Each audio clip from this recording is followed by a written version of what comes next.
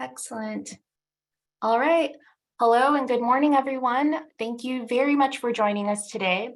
Welcome to the Kickoff workshop for the fiscal year 2023-2024 funding plan for clean transportation incentives. My name is Diane Sanchez, and I'm the lead outreach staff over the funding plan. And today I'm joined by our strategy lead, Stephanie Parent, and our manager over the funding plan, Jason Crow.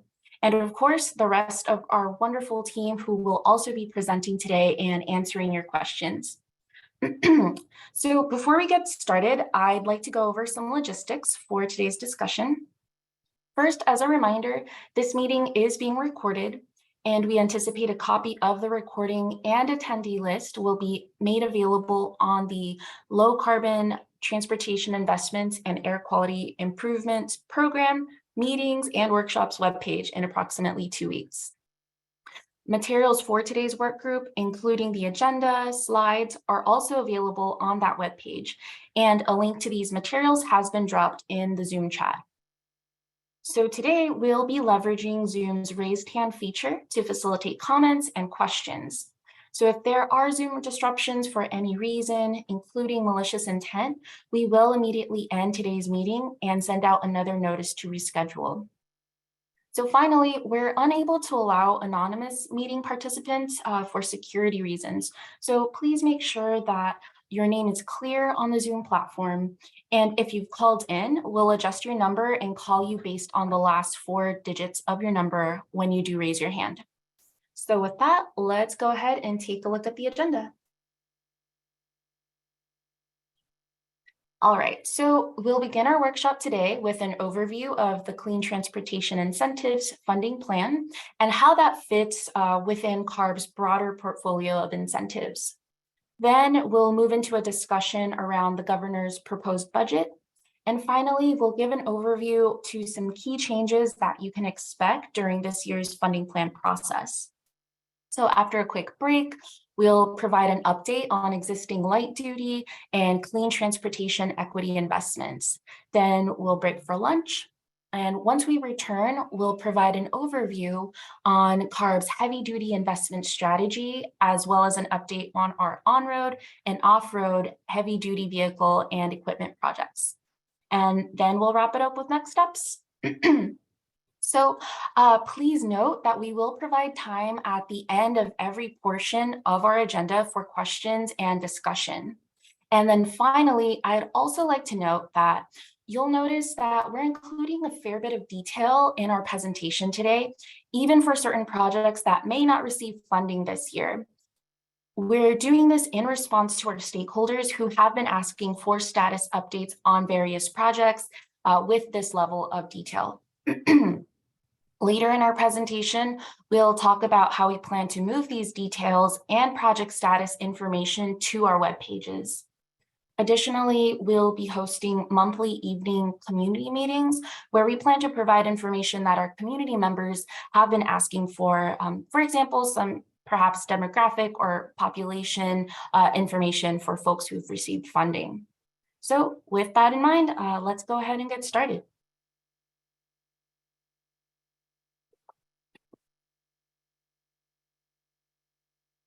So the funding plan for clean transportation incentives serves as the annual blueprint for expending clean transportation incentive funds appropriated to CARB in the state budget.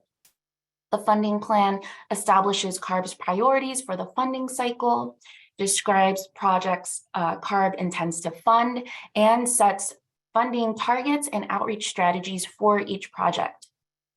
Each year, the funding plan is updated and includes funding proposals and implementation details specific to each fiscal year. Today's presentation on the funding plan will focus on 2 funding sources: low carbon transportation and air quality improvement program. The incentive programs we're discussing today are part of this broader portfolio of funding that CARB administers to improve air quality, enhance community protection, and reduce greenhouse gas emissions. Each incentive program has its own distinct goals that support the state's broader strategy. So it's important to maintain the integrity of each program's goals to ensure that the state achieves both immediate air quality benefits and that it supports the innovative technologies necessary to meet the state's vision of a zero emission economy. Additionally, outside of CARB, other federal, state, and local agencies have complementary funding sources as well. Some examples of those include California Energy Commission's Clean Transportation Program and the Strategic Growth Council's community-based projects. And we coordinate with our sister agencies on these investment programs regularly. Okay, so the first source of funding included in the funding plan is the Air Quality Improvement Program, or AQIP. AQIP was created by Assembly Bill 118 in 2007 and reauthorized in 2013 by Assembly Bill 8. AQIP provided the initial funding to start many of the projects that are now primarily funded by low carbon transportation and related appropriations.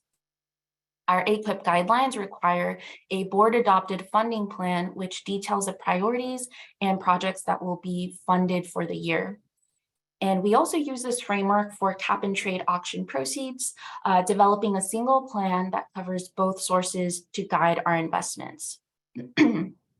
AQIP focuses on reducing criteria pollutants and diesel particulate emissions. And in many cases, that comes with concurrent reductions in greenhouse gas emissions.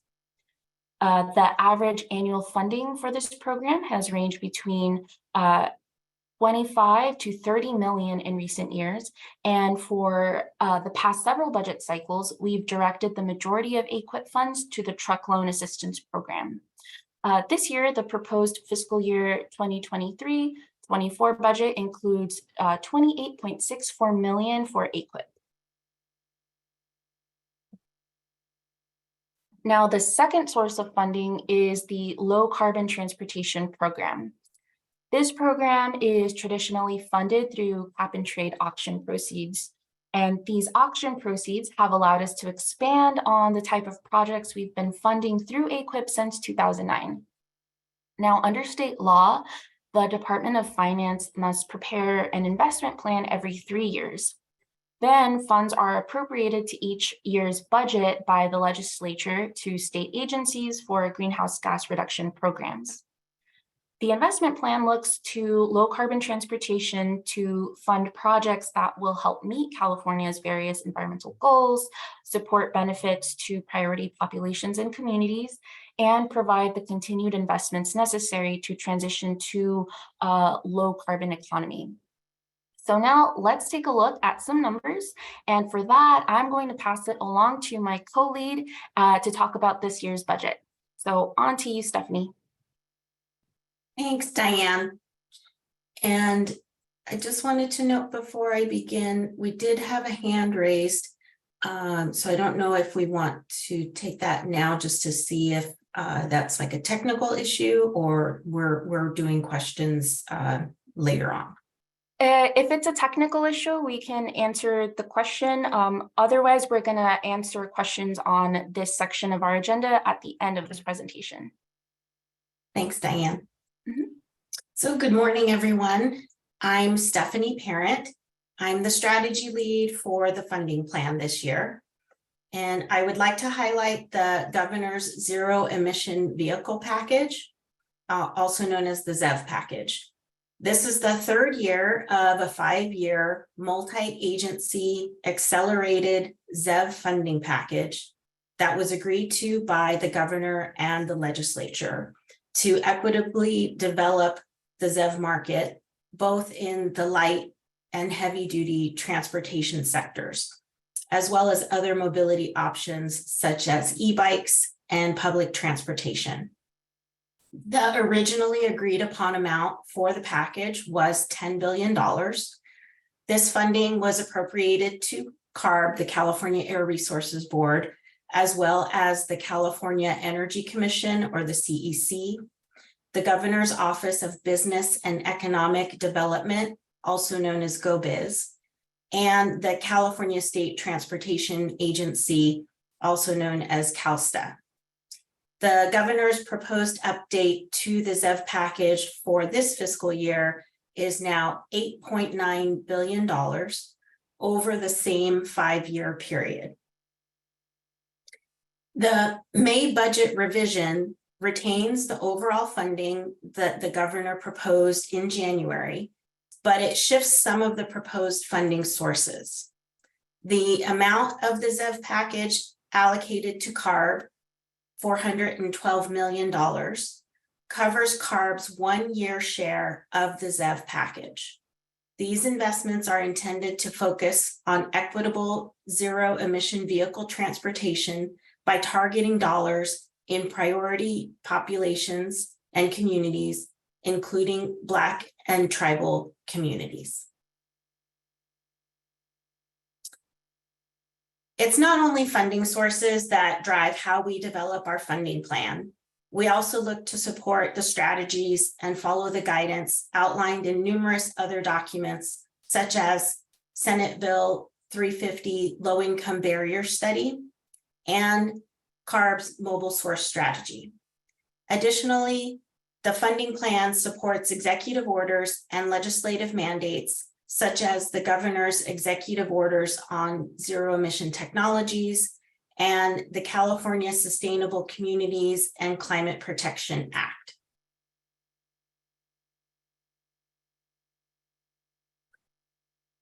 This slide illustrates the historical appropriations for the clean transportation incentives over the past decade. As you can see, this year's appropriation will build on approximately $6.5 billion that have been invested since 2013. The past 2 fiscal years saw large funding appropriations. These were intended to serve as down payments. Hence, they were larger than regular allocations. The allocation for this fiscal year is as expected and is similar to allocations in previous years. So, zeroing in on CARB's funding to be covered in this year's funding plan, we have a total of $125 million proposed for purchase incentive equity programs, $60 million proposed for sustainable community-based transportation and mobility equity projects, $165 million for zero-emission drayage trucks, $62 million for zero-emission transit buses, and nearly $29 million proposed for the Air Quality Improvement Program, or AQIP funds. This brings us to about $441 million in proposed funding for this fiscal year. In addition, I would like to note that there's also complementary infrastructure funding through the California Energy Commission to support the zero-emission drayage and transit bus appropriations, as well as funding to support critical charging infrastructure. Now, I'll pass it back to Diane to continue our conversation on where we invest these funds. Awesome. Thanks, Stephanie. So with that, let's review AB 1550. So this assembly bill was passed in 2016, and CARB began implementing its direction in 2018 per the funding guidelines for agencies that administer California climate investments. So prior to the creation of AB 1550, the projects were not necessarily created to be equity projects. However, AB 1550 established investment minimums for low-income communities and households.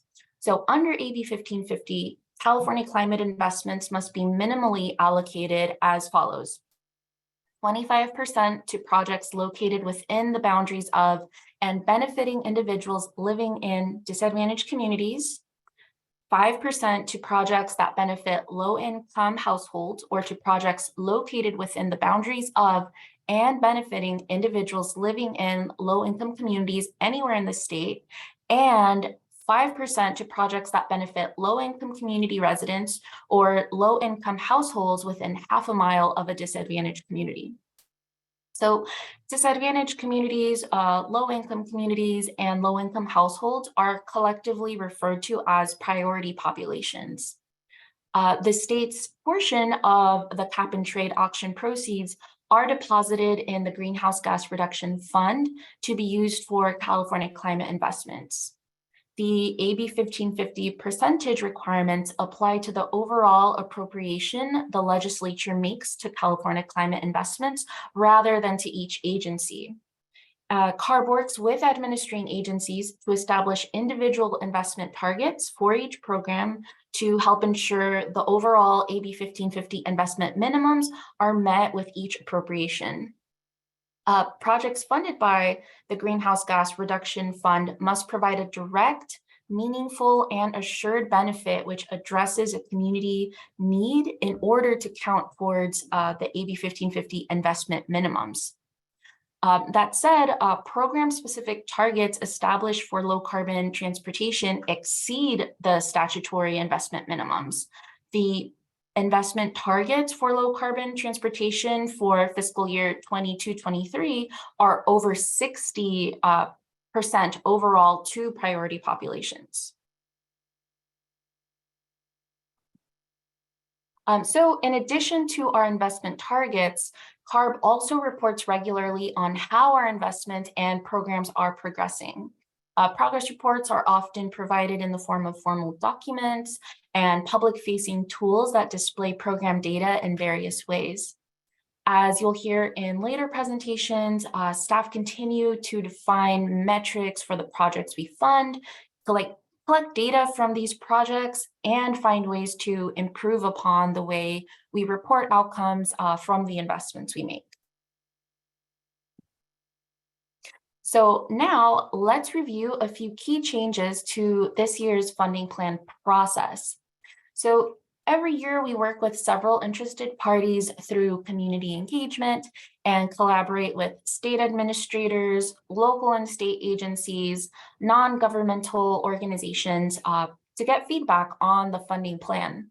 So we've taken in the suggestions that we've heard on past year's process and developed 4 key changes to the funding plan process for this fiscal year.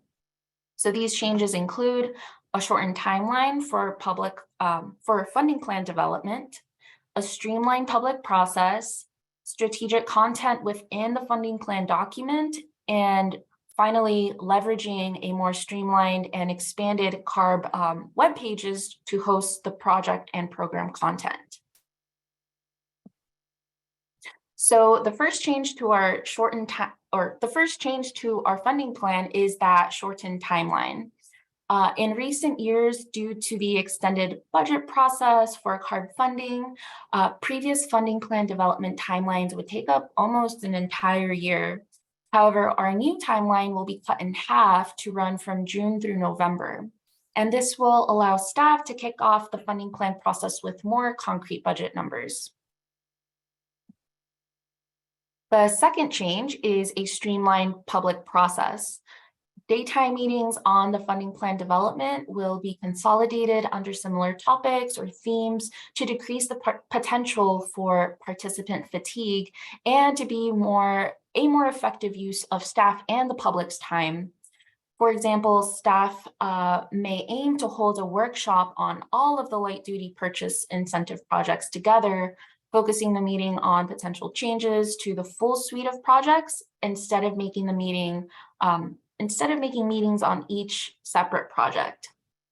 Additionally, this consolidation may also provide opportunities to collaborate across other incentives or regulatory conversations at CARB. So evening meetings will give community members an accessible way to engage with staff. The topics covered during evening work groups will mirror the daytime meetings. And this is intended to ensure that no stakeholder feels the need to attend both. Now, the third change to the funding plan process is strategic document content. In other words, a much smaller funding plan. And the goal is to have a streamlined document that is easier to navigate. So certain elements will not change, but may be shortened, such as the executive summary, introduction, and background. Foundational information that doesn't change will be moved to a streamlined CARB web page, and some reports will also be placed online and referenced in the funding plan.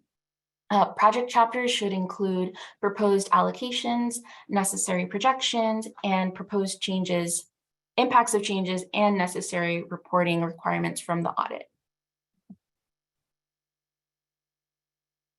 All right, so the final change that you'll see in the fiscal year 23-24 funding plan process will be an overhaul of our CARB web page resources for a more streamlined and expanded offering of program information online. We hope that in streamlining our web pages, we'll be able to consolidate old web pages to eliminate duplication. And we also hope that by moving the background information and program data from funding plan document to the web page, the plan itself will be more straightforward and concise, making it a lot easier for all interested parties to provide comments. So staff is currently on track to have these streamlined and expanded web pages online by the time the draft funding plan is released. And so that wraps up the changes you'll see in this year's funding plan process. So let's take a look at the schedule for the year. All right, so today's workshop is just the beginning of this process of developing the funding plan. Over the course of the next several months, we will hold monthly evening community meetings, daytime work groups, and engage with our community members and interested parties. Our second funding plan workshop will be on August 31st. A draft plan will be released in late August, at least 10 days ahead of the second funding plan workshop. Then the funding plan will be finalized in September, posted in October for the 30-day public review, and finally, we plan to go to board in November. Beyond our set schedule for evening community meetings, workshops, work groups, we have an open door policy, and we really encourage folks to meet with our staff at any time. Our team's contact email will be dropped in the chat for all interested parties to contact us.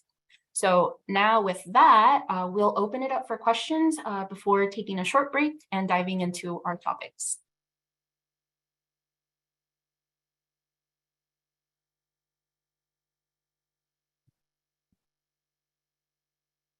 All right, Stephanie, on to you. Yes, thanks. Sorry. I was trying to unmute myself. And so, and if you have a question, please raise your hand if you're in Zoom. And if you're on the phone, you could participate by hitting #2 on your phone. And so, Christopher Chavez, I have unmuted your line. You can go ahead and speak or ask your question. Yeah, thank you. This is Chris Chavez, Coalition for Clean Air. So on the timeline schedule that you just showed, I think it was on the previous slide, I didn't see that there was a point at which a draft funding plan would be shared with the public and with stakeholder groups. Will there be a draft guideline document that we can provide comments on? Yes, thank you for that question. So we will have a draft funding plan released in late August, at least 10 days ahead of that second funding plan workshop.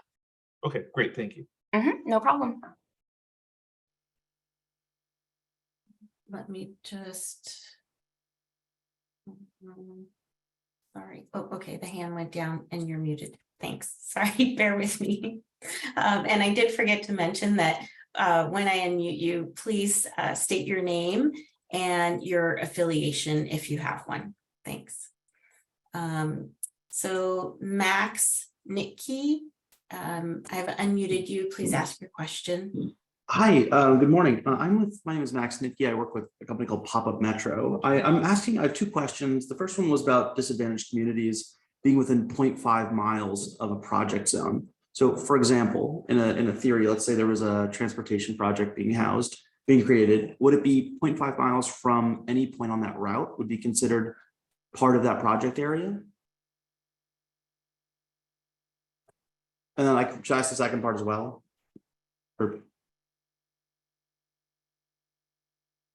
The second part is, I saw that there was two sections that had $30 million for sustainable transportation and mobility. I'm curious if that's 60 total or if it's only 30 total. Those are the two questions. Thank you. Yeah, thank you, Max. So can someone answer the first part of Max's question, which refers to projects being within 0.5 miles of a disadvantaged community?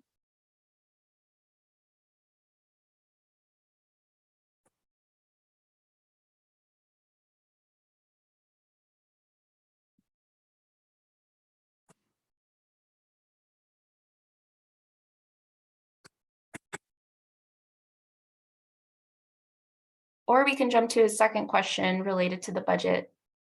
Yeah, Diane, I think we're trying to track down staff that are experts on how the disadvantaged communities are designated. So hopefully we can respond to that question very quickly. Okay, no problem. Max, can you repeat the second part of your question? Sure. Can you still hear me? Yeah, we can hear you.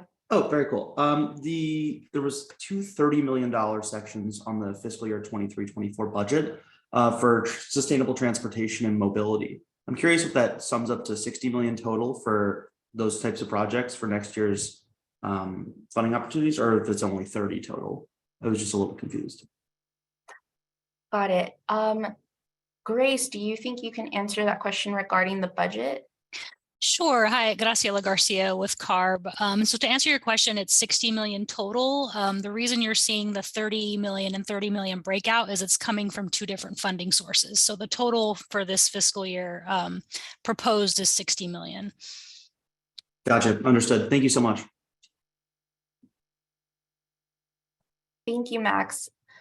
So while we track down some staff to answer that first part of your question, maybe we can go to another question and then circle back to you. Is that okay, Max? Yeah, absolutely. No worries. All right. Thank you very much. Let me mute you, Max. And okay. So let's see. The next question is Dolene Jones. I have unmuted your mic, so please state your name and affiliation and feel free to ask your question. Thank you and good morning. My name is Dolene Jones. My affiliation is I'm the CEO of Abundance Worldwide Enterprises, and we're a dump truck company.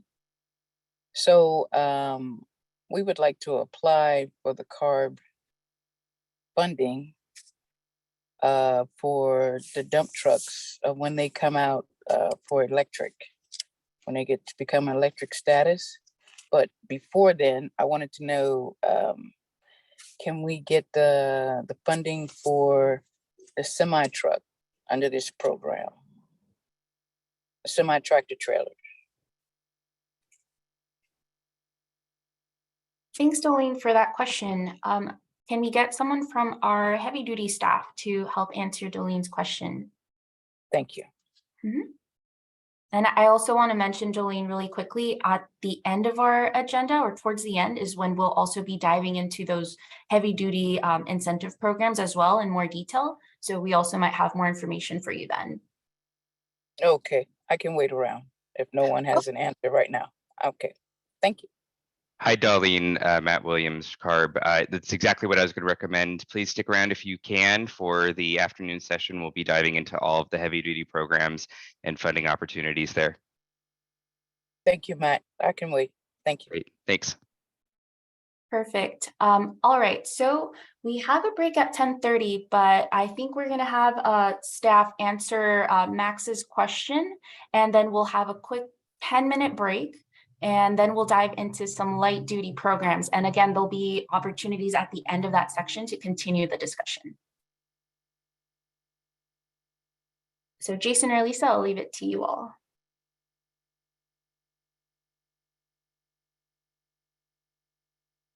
Sure, I can talk about that a little bit. For one thing, it really depends on the individual program. They don't all have the exact same requirements. But we can also drop in, and maybe it's there. We dropped in the link to the Cal EnviroScreen website, which details more about the particular requirements for whether or not something is in a disadvantaged community. And we're going to see if we can dig up some more detailed information, but that should at least give a start on what you were asking about. All right, thank you very much, Jason. So we're at 10:30 now. So in order to stick to our agenda, let's take a quick 10-minute break, and then we'll all return at 10:40. And at that point, we'll dive into some light duty equity incentives. Thank you very much, everyone.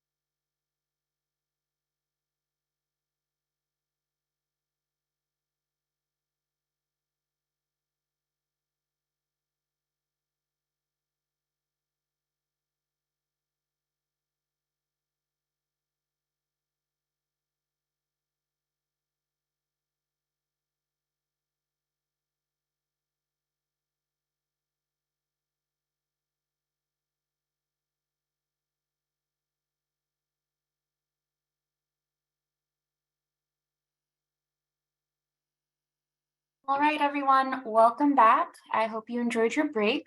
We did have one raised hand still left. So if I believe it was Evan. So if we can get his hand. Oh, there we go. Evan Edgar, you can go ahead and speak.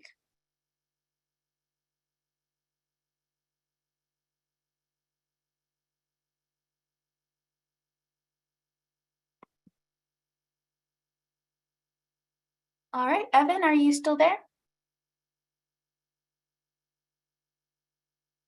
You may have stepped away to use the bathroom, but I did send a ask to unmute message. All right, no worries. Well, in that case, let's go ahead and move on. So again, welcome back. We hope you all had a nice break to take care of any needs.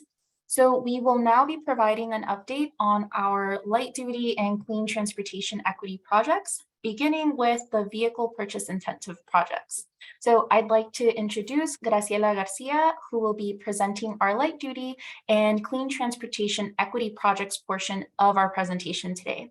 She's also joined by the staff leads of each project. And they'll be ready to answer your questions at the end of Grace's presentation. So with that, I'll hand it off to you. Thank you, Diane. CARB's clean transportation, equity, and light-duty vehicle investments are aimed at supporting the long-term transformation of California's fleet and ensuring that this transformation occurs in an equitable manner. These investments include vehicle purchase incentives and clean mobility options, both of which incorporate and are supported by outreach, technical assistance, and workforce training and development. Starting in 2009, CVRP laid the initial foundation for vehicle purchase incentives. CARB began implementing clean mobility pilot projects in fiscal year 2014-15, which complemented and expanded these initial investments through providing alternative community mobility options. Together, these investment strategies work to meet policy, statutory, and regulatory goals and requirements, and support an equitable transition to a clean transportation future. The goals of these efforts are to achieve greenhouse gas emission reductions, improve air quality, support the long-term transformation of California's fleet, accelerate ZEV deployment, and bring ZEVs and clean mobility options to priority populations, as well as support complementary community protection efforts. First, I'll cover CARB's suite of vehicle purchase incentives, which include the Clean Cars for All program, which replaces older, polluting vehicles with cleaner vehicles. This program is currently offered through participating air districts, but will be available statewide later this year. We also have the Financing Assistance Program, which provides low interest rate loans and vehicle purchase grants to lower income individuals to help get them into newer, cleaner vehicles. Our flagship statewide program, the Clean Vehicle Rebate Project, or CVRP, provides rebates for the purchase of new plug-in electric vehicles with larger incentive amounts available for lower income consumers. One of our newest efforts is the California E-Bike Incentive Project, which is expected to launch later this year. The program will provide point-of-purchase incentives for new electric bicycles for lower-income consumers. Access Clean California is a growing effort that strives to increase awareness of our light-duty and clean transportation equity projects and assist consumers through the application process. The payment issuance strategy and demonstrations is also a newer effort being developed by the California Integrated Travel Project and is administered by the Capital Corridor Joint Powers Authority. This effort will support various projects across CARB's light-duty and clean transportation programs by helping to develop a streamlined payment strategy for transit and electric vehicle charging. CARB was recently allocated funds to develop and implement the Zero Emission Insurance Project, or ZAP, which will help alleviate low-income residents' concerns about premature battery degradation by providing incentives for battery or fuel cell replacements in used ZEVs. Here, we've highlighted some key areas where our light-duty vehicle purchase incentive programs have been successful in supporting healthy communities, clean air goals, and growing the green economy in California. To date, our vehicle purchase incentive programs have provided over $440 million, or over 34% of vehicle purchase incentive funds, to support clean vehicle purchases benefiting priority populations. These programs have also provided over $3.2 million in CVRP funds to support over 730 light-duty electric vehicles for public fleets operating in disadvantaged communities. CARB's light-duty vehicle purchase incentive programs have also resulted in the reduction of over 6.2 million metric tons of carbon dioxide equivalent and over 149 million gallons of fuel use avoided. Over 1.3 billion in vehicle purchase incentive funds have supported the purchase of over 525,000 clean vehicles since 2010. And lastly, roughly 35% of the over 1.5 million light-duty electric vehicles sold in California have been supported by CARB's vehicle purchase incentive programs. And now onto our projects.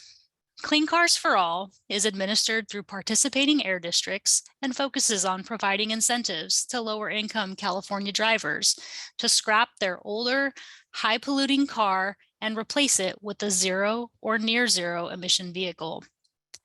Opportunities for participants to take advantage of alternative mobility options and charging incentives are included as well. The program has funded more than 14,000 vehicle replacement projects across 4 participating air districts, which include the South Coast Air Quality Management District, San Joaquin Valley Air Pollution Control District, the Bay Area Air Quality Management District, and the Sacramento Metropolitan Air Quality Management District. Currently, 3 air districts are accepting applications. However, the San Joaquin Valley Air District is temporarily closed to new applications while they work through a backlog of applications. In addition, San Diego's program is expected to open soon. To date, over $435 million have been allocated to the Clean Cars for All program, $245 million of which was allocated in the fiscal year 2022-23. The joint solicitation for a statewide program administrator was held earlier this year, and CARB staff are currently reviewing applications and expect to announce the selected administrator soon. A statewide administrator will administer the Clean Cars for All statewide program and the financing assistance programs. The programs will be available to lower income residents in all areas of California that are currently ineligible for the district-run programs, but will prioritize applicants using factors such as income and disadvantaged community status to focus the benefits on those in greatest need. Existing air district programs will continue operating and may expand beyond disadvantaged community zip codes to serve all areas in their respective jurisdictions. Program changes approved by the board last year as a part of the fiscal year 2022-23 funding plan include increased incentive amounts for participants living in disadvantaged communities and a decrease of the income cap to 300% of the federal poverty level, which equates to $83,250 for a family of 4. These changes will be implemented when the new grant agreements are in effect. Along with these program changes, the new grant agreements will also require program administrators to implement improved surveys, which will more thoroughly capture the participants' demographic information, as well as the socioeconomic benefits of the program. Survey data, along with economic and geographic data, will be used to analyze program participation and determine which populations are being underserved by the program. Identifying barriers to the program and developing strategies to reduce those barriers is required by SB 1382 and will be incorporated into the annual AB 630 goal setting report. Next is our financing assistance program. The program began in 2018 and initially included a regional pilot project in Northern California and a statewide program to help low-income consumers in purchasing clean vehicles by providing purchase price buy-down grants and facilitating access to fair financing.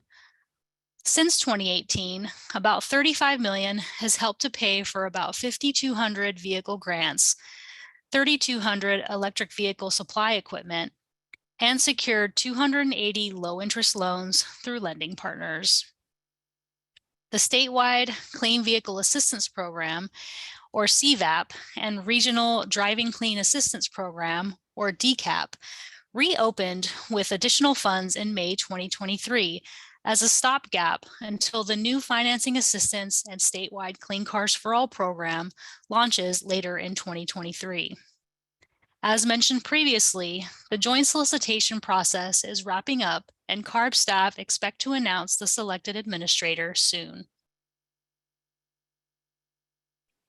CVRP, which promotes clean vehicle adoption in California, offers rebates of up to $7,500 for the purchase or lease of new eligible zero-emission vehicles, including electric, plug-in hybrid electric, and fuel cell vehicles. Through January of 2023, CVRP has issued over 500,000 rebates, totaling over $1.2 billion, with a breakdown shown on the slide by rebate type. In fiscal year 2021-22, CVRP received a total allocation of $525 million, with $10 million of the allocation earmarked for the creation of the Electric Bicycle Incentive Program, and $515 million for CVRP, with the intent to fund the program through the 2023-24 fiscal year. Last year, the board approved a number of changes to the program that focus more of the program's funding on low and moderate income consumers. These changes include increased incentive amounts, which were implemented in February of this year, and the addition of a $2,000 prepaid card for charging, along with the expansion of pre-qualification statewide, which will both be implemented later this summer.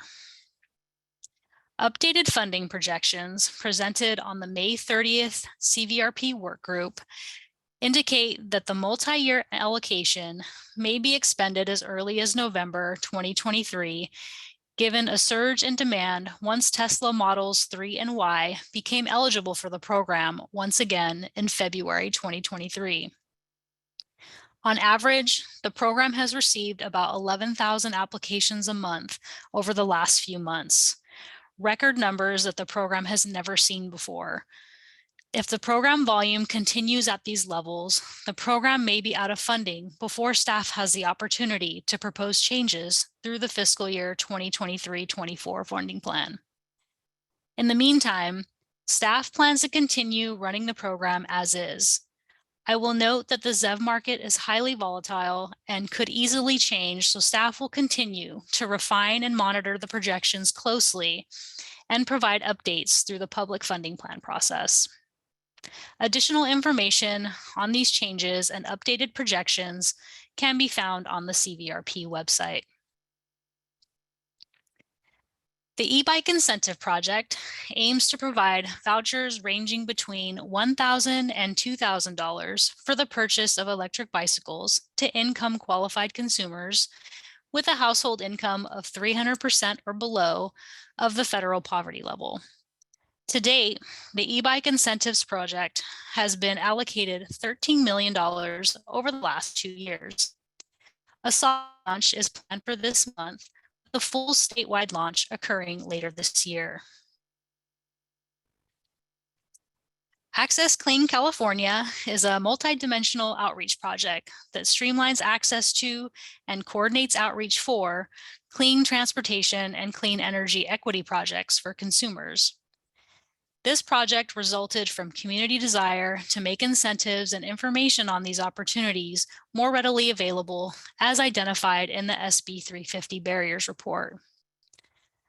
So far, a total of 15 million has been allocated to Access, and this project recently completed its pilot phase, where the focus was on developing a streamlined application web tool called the Benefits Finder, with a supporting case management system and building and supporting a statewide network of outreach partners to conduct outreach in overburdened communities. As the project moves beyond the pilot phase, one of the main priorities for Access Clean California will be to expand the program's outreach partner network with the focus on partnering with more grassroots level community organizations. The program will also be looking to expand the number of incentive programs available through the Benefits Finder, including the used EV rebates offered by utilities and other rebates and incentives that help minimize the cost of owning and driving zero-emission vehicles. On the subject of integrating new programs, Access Clean California is currently working to connect with the new e-bike incentive program. In addition, Access Clean California will play a key role in supporting needs-based outreach for the new statewide Clean Cars for All and Financing Assistance Program.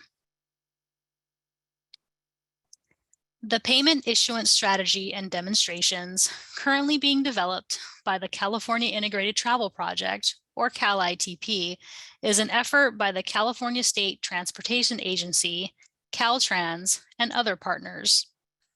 Specifically, this project seeks to ensure that any transit customer, and specifically underbanked and unbanked customers, can easily pay for transit by accepting Europay, MasterCard, and Visa open loop payments. As this effort will support various projects across CARB's light-duty vehicle incentive projects, staff allocated $1 million towards the CAL-ITP Payment Issuance Strategy and Demonstrations Project in the fiscal year 2022-23 funding plan. The contract was approved in April 2023, and CAL-ITP will expand to include EV charging and other mobility options, such as car sharing, bike, and scooter sharing. This project will use demonstration projects to enable seamless payment issuance to provide proof of concept in California, and will provide research, data, and lessons learned for CAL-ITP and CARB to improve the travel experience and implement scalable solutions. The Zero Emission Assurance Project, or ZAP, was established by AB 193 to help lower-income Californians reduce the risk of buying a used ZEV by providing a rebate or vehicle service contract for the replacement battery or fuel cell component. According to the SB 350 guidance document, one of the biggest barriers to ZEV adoption in the marketplace is affordability. If ZEV components fail, replacement batteries in electric vehicles can cost over $5,000, and for many low-income consumers, this type of expenditure makes it unattractive or even impossible to purchase a ZEV. While legislation established this program in 2019, direct funding for ZAP had not been allocated by the legislature through previous annual budget acts. In the interim, funding from the local financing assistance program, the Driving Clean Assistance Program, has been utilized to run a smaller data collection pilot to help inform the development of ZAP. The grantee that oversees the Driving Clean Assistance Program, the Community Housing Development Corporation, or CHDC, has subcontracted with the Foundation for California Community Colleges, or FCCC, to collect data to better understand how battery life depreciates over time. To collect data for this project, FCCC is installing onboard diagnostic trackers in eligible vehicles on a voluntary basis. The 18-month data collection pilot began in April 2022, and to date, CHDC and FCCC have installed 20 of the planned 45 onboard diagnostic trackers in vehicles purchased through both the regional and statewide financing assistance programs. As outlined in the fiscal year 2022-23 funding plan, $10 million was recently allocated to ZAP. Because the program has not yet been developed, staff does not have a time frame by which this program will be available. However, in an effort to ensure we didn't miss an opportunity, ZAP was included in the recent joint solicitation for statewide Clean Cars for All and financing assistance. Staff aims to begin development of this program during the next year. And now shifting to our clean mobility investments. Clean mobility options is a funding category intended to identify and address the barriers and transportation needs of low-income residents and disadvantaged communities. Projects are tailored to meet a community's unique transportation needs and improve access to affordable, convenient, and reliable clean mobility options that do not require but can complement vehicle ownership. Projects, such as those listed on this slide, may include zero-emission car sharing, van pooling, electric and regular bicycle or scooter sharing, and ride-hailing services. Projects are often designed to connect with mobility hubs that promote multimodal trips and integrate public transportation. On the next slide, I'll provide an update on existing projects overseen directly by CARB.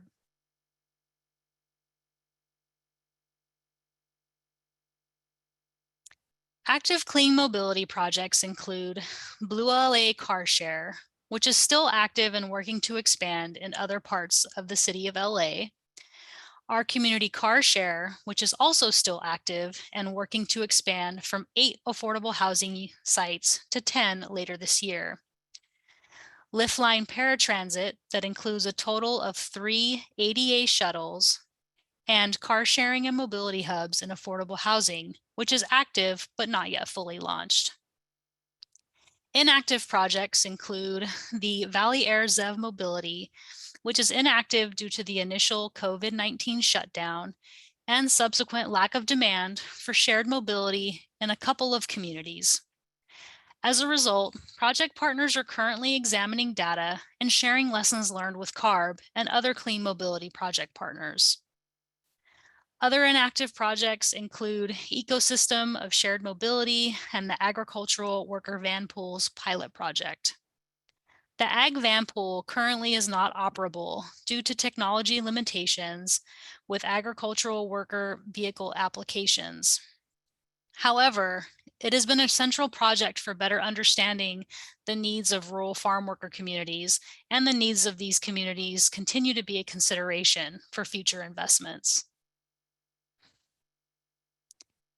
Managing several pilot projects can be complicated. So in partnership with the California Energy Commission, the Clean Mobility Options Voucher Pilot Program, or CMO, was established.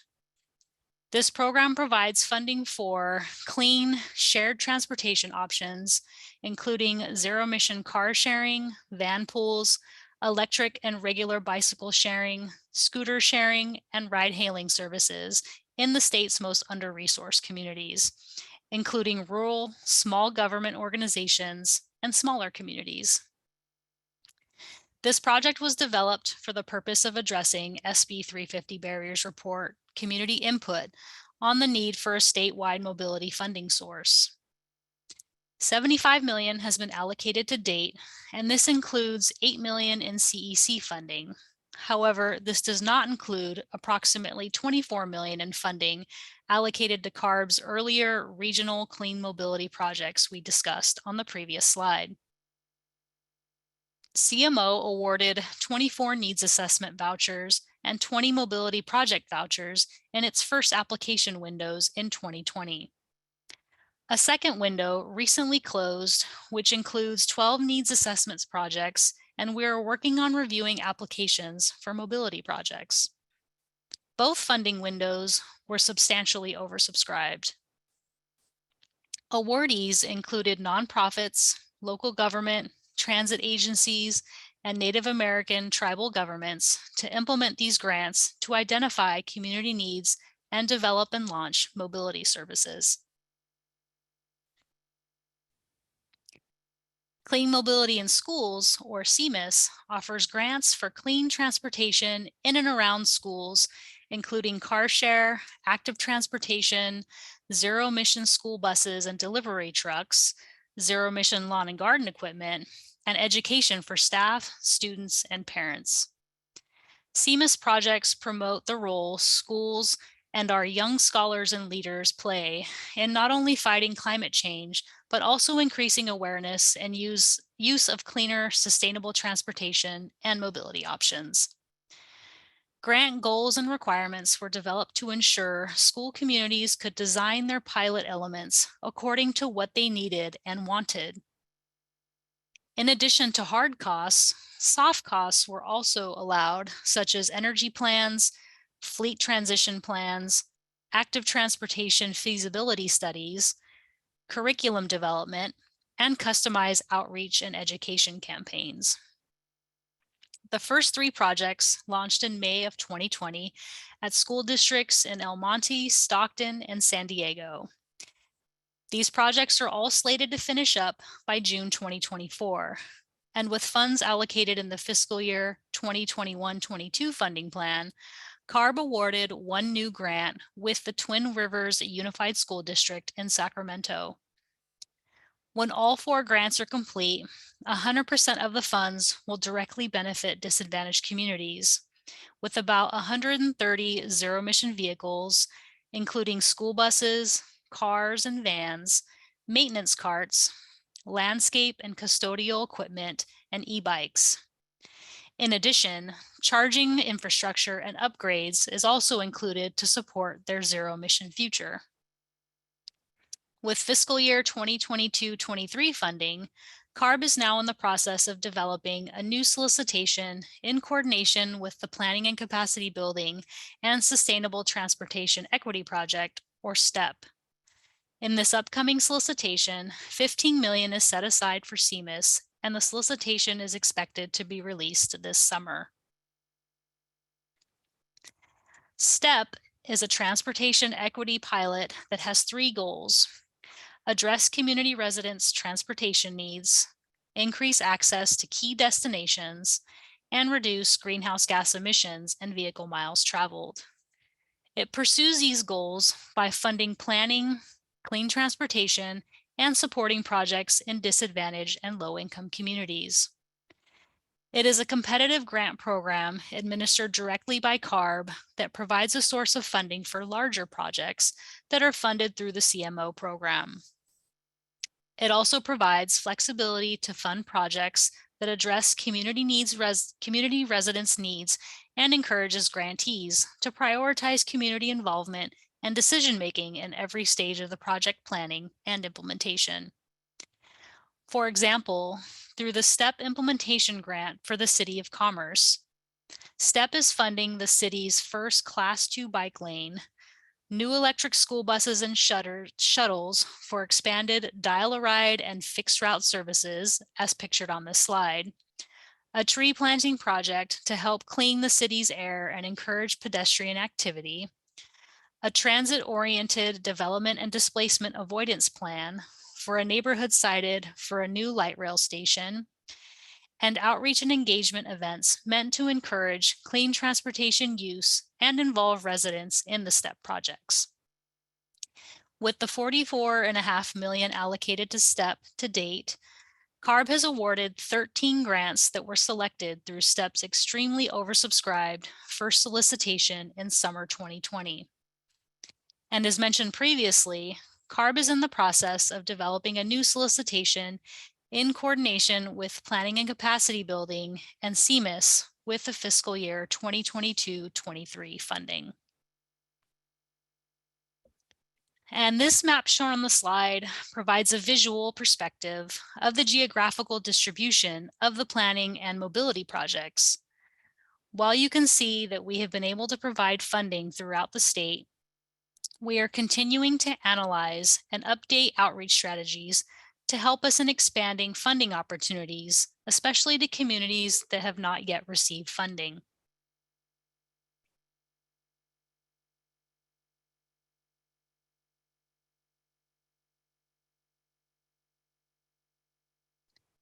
In line with the SB 350 Barriers Report recommendations, the Community Transportation Needs Assessments and Planning Grants are intended to increase transportation equity in disadvantaged and low-income communities by improving the local understanding of residents' transportation needs, developing organizational and community capacity building so communities are ready to plan for clean transportation solutions, and preparing communities to implement community-identified projects that fill transportation gaps and improve clean transportation access.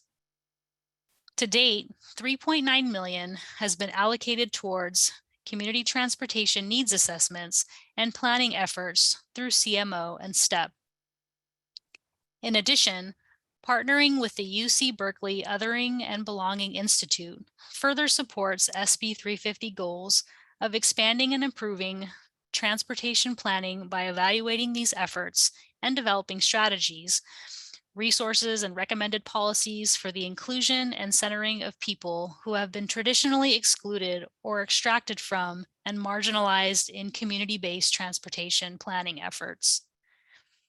Ultimately, CARB wants to promote an approach to needs assessments that has a broader impact for communities beyond our suite of clean mobility investments and is complementary to other community planning efforts.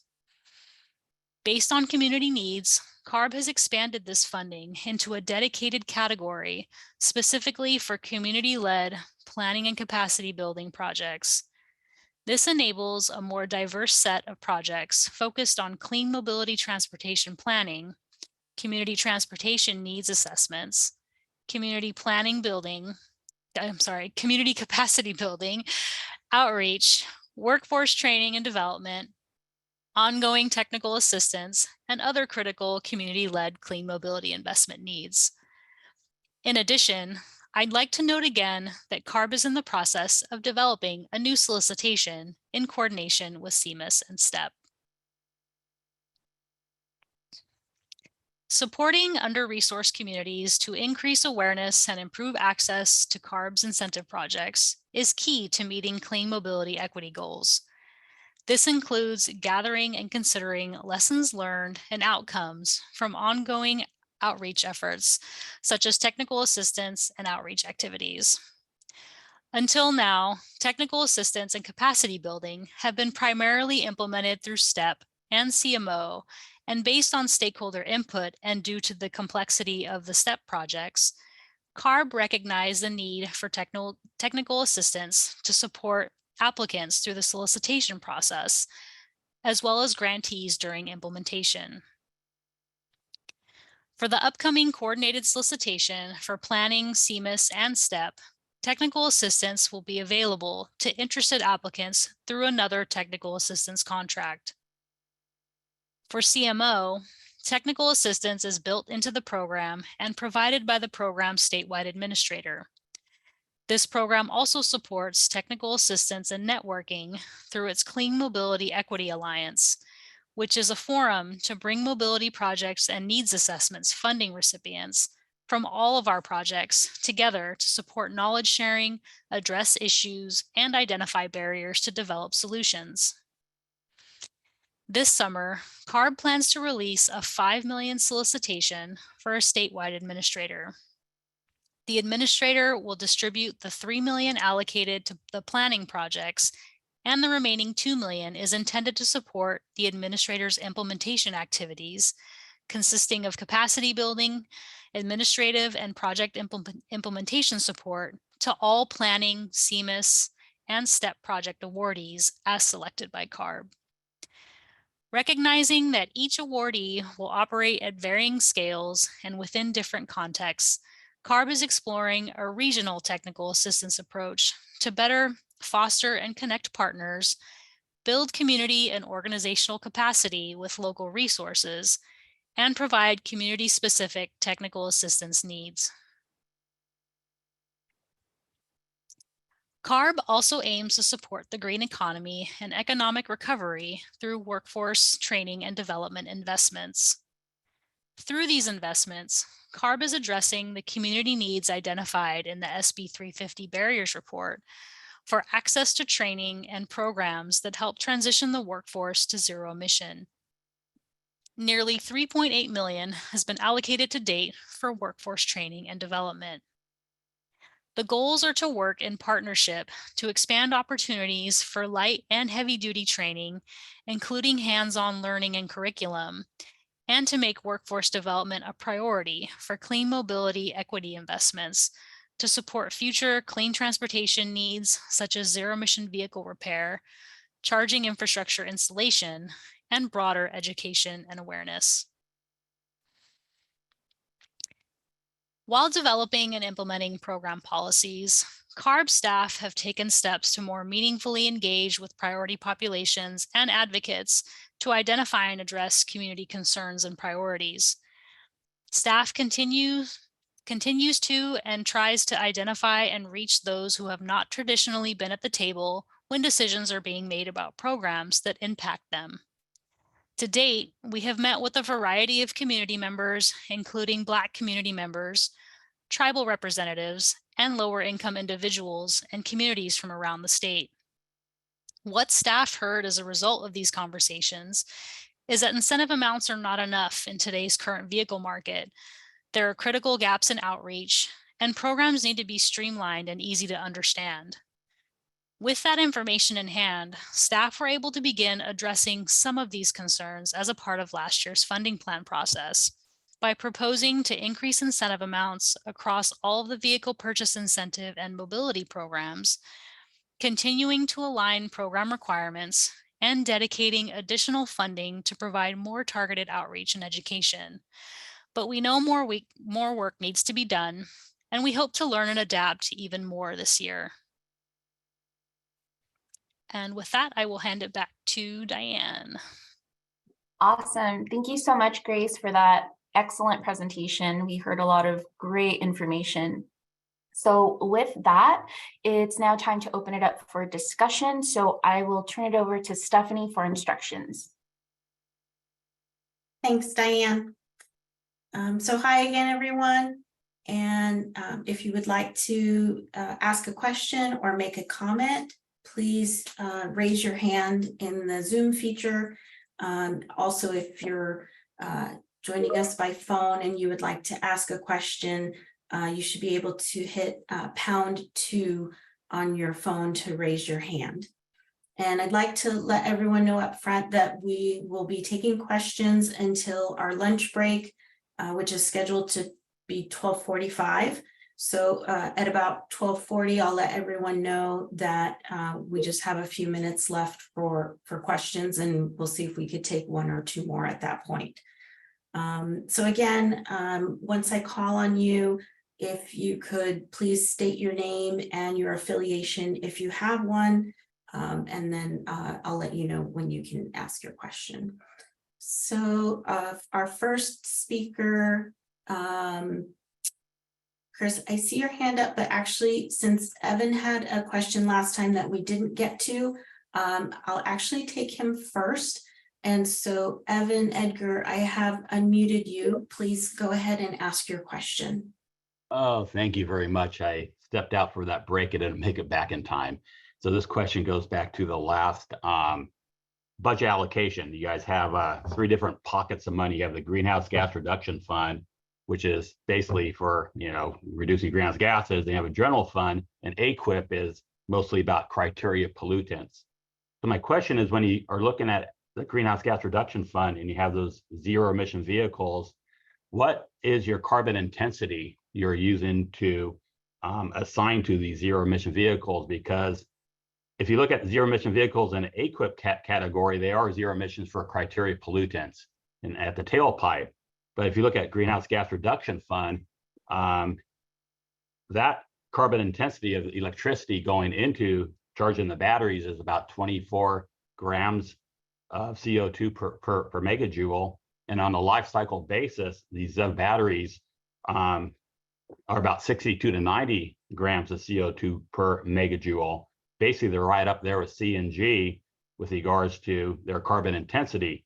So I understand putting money into AQIP to reduce criteria pollutants and fund it out of AQIP, but you have a lot of zero emission vehicles being funded out of the greenhouse gas reduction fund that doesn't deliver greenhouse gas reductions. Zero emission vehicles do not deliver greenhouse gas reductions. And what is your metrics of the carbon intensity of the zero emission transit buses and the zero emission programs? What is your metric of your carbon intensity for those vehicles when you do your assessment? Thanks for your question, Evan. So trying to recap the question is how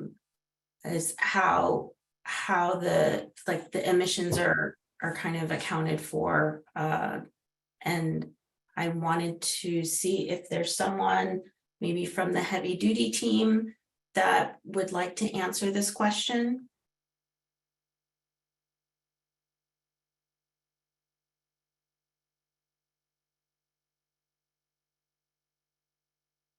Hi there, Evan. Matt Williams here. So the funding plan each year includes a quantification methodology for all of our projects, and that quantification methodology details the actual calculations for how the carbon intensity of fuels and the emissions benefits for each project category is calculated. So you'll be able to find that all there. Published every year, so you can look at last year's as well, and you'll be able to see this year's should look pretty similar most years. Thanks, Matt. Evan, I will go ahead and mute you. And we can move on to our next person is Christopher Chavez. I've unmuted you, so please go ahead. Yes, thank you. This is Chris Chavez again with Coalition for Clean Air. Thank you for this information. I have a few questions, so please bear with me. First, relating to Clean Cars for All, I know the legislature is, on the assembly side at least, is looking to add additional money to the program. Has there been any thought or any look at as far as how that funding will be divided between existing district-based programs and the forthcoming statewide program? Aaron, are you on? Yep, I can take that one. Thank you for your question, Chris. What I can say on allocations is last year we used a district formula for how existing districts, the money was distributed through existing districts. I think until the budget is finalized, we can't really speak to how the money would be distributed, just based on the fact that until it's set in stone, we don't know exactly how and what we can do with it. But looking to past years, we're obviously going to be looking at the program performance and need and determining those allocations. So, I think we have to kind of wait and see a little bit at this point. So. Understood. And that I actually that makes sense to me. I think the point or the thought is just, I know in terms of as you're going forward with that process, the existing district-based programs have immediate needs and immediate the funding requirements. So and certainly not to stand in the way in terms of the implementation of the statewide program, but just making sure that those district programs are also able to get the funding that they need to continue operating and serving their constituencies. I think it's going to be very important. So, but I appreciate that and understand that we're still we don't have a budget yet, and we don't know as far as any sort of requirements or stipulations that are going to come down from the legislature. So I get that. I appreciate that response. If I may, just on that point, one thing that I want to point out is that we are, just getting out new grant agreements for last year's, record allocation, $120 million. That money is just going out to districts now. So I want to, make sure that and the rest of the folks know that the districts are fully funded at this point. Okay. Also on Clean Cars for All, I know that there was a lot of discussion about the 1099 issue. I know that CARB has been working on that with the districts as well. Is there expected to be anything potentially in the funding plan on the 1099 issue? I know Bay Area has not issued 1099s this year, which is good, but South Coast still has. So is there any planned progress or movement on this issue in the upcoming funding plan? There has been some progress. Nothing that I think I can share in this forum, but my hope is that we would be able to put something in this upcoming funding plan. So I can say there has been some progress. Anything more than that, I think we got to wait and see, kind of where things land. But hopefully we can resolve that issue soon. That is wonderful to hear, and I would be happy to follow up offline, for additional information, and any way we could be helpful in resolving that issue as well. Certainly would love to connect on that. Regarding CVRP, as far as looking, I know right now most stakeholders are looking at this as kind of the winding down of the program just based off of funding and what, it doesn't look like there's going to be more state budget money coming down. What sort of community outreach or consumer outreach are you considering doing to let folks know that this program may not be around in by November or even further? Hi, Chris. It's Raquel Cardenas. Thanks for that question. I think, looking at the preliminary projections, as we all know, projections with the market being volatile, they are subject to change. But as we keep an eye on that and the funding, we do plan on, as it gets closer to the program winding down, working with our community partner networks through Access, as well as the CBO network that CVRP has put together to get the word out, at least at the community level, as well as putting out information on the CVRP website, which CVRP also has social media accounts, Twitter, Facebook, things like that, where we would be able to provide that message once we have a clearer idea of that true end date, to give folks an idea. Our work group a few weeks ago was kind of that initial signaling of the program winding down. As you stated, we don't anticipate additional funding coming through, but as the next few months play out and we keep an eye on the demand to see if volume stays at the level it has been, we will continue to provide information to the public through our funding plan process as well as through our programs. Got it. Okay. And just last point on CVRP, I know that there has been some conversation in the state budget as far, again, on the assembly side, about potential clawback funding. I would assume that would expedite the wind down of the program. But is there, in terms of discussions that you're able to share, what conversations have there been with the legislature, and as far as making sure that if they do go down, that any approach that's taken is going to be orderly and doesn't actually result in the program allows the program to fulfill what what's already kind of pledged to do? Yes, we are having some discussions internally. We are aware of the proposal that is out there, but also understand that it's just one of 3 proposals for the budget, and we are closely following budget discussions as they are occurring. At the end of the day, we will know more as budget discussions are finalized. Again, we are looking into things internally though to see the impact that could have on the program, depending on when the budget could be approved, if that makes it into the budget. Okay, I might have a few more questions later on, but I'll go ahead and yield the mic. So Thanks, Chris. And thanks, Raquel and Aaron, for answering those questions, and to Chris for your questions. So next I will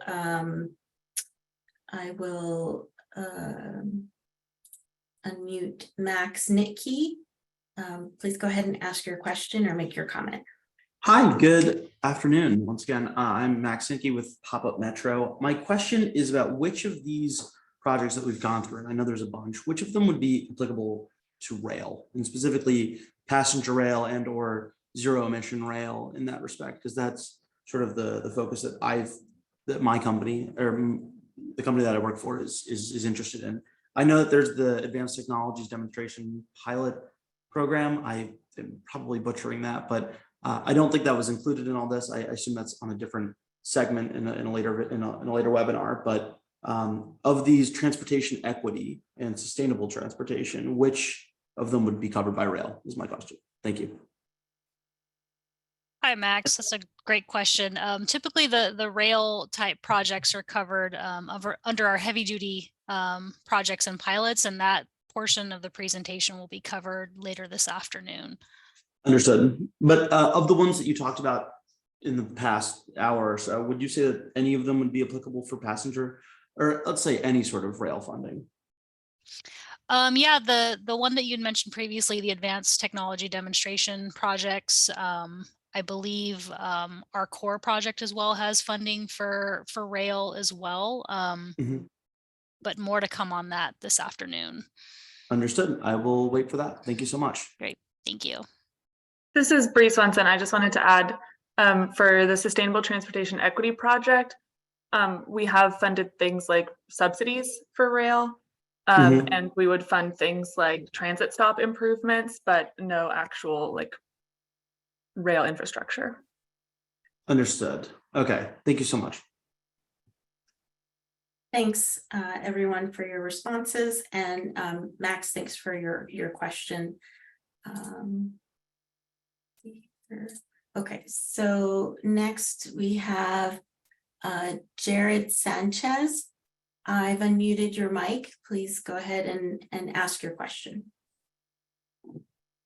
Hi there, this is Jared Sanchez with Cal Bike, and I'm curious about the electric bike incentive project. If there's any more funding that CARB has at its disposal for the funding plan, or are you all just waiting for more appropriation from the legislature at this point?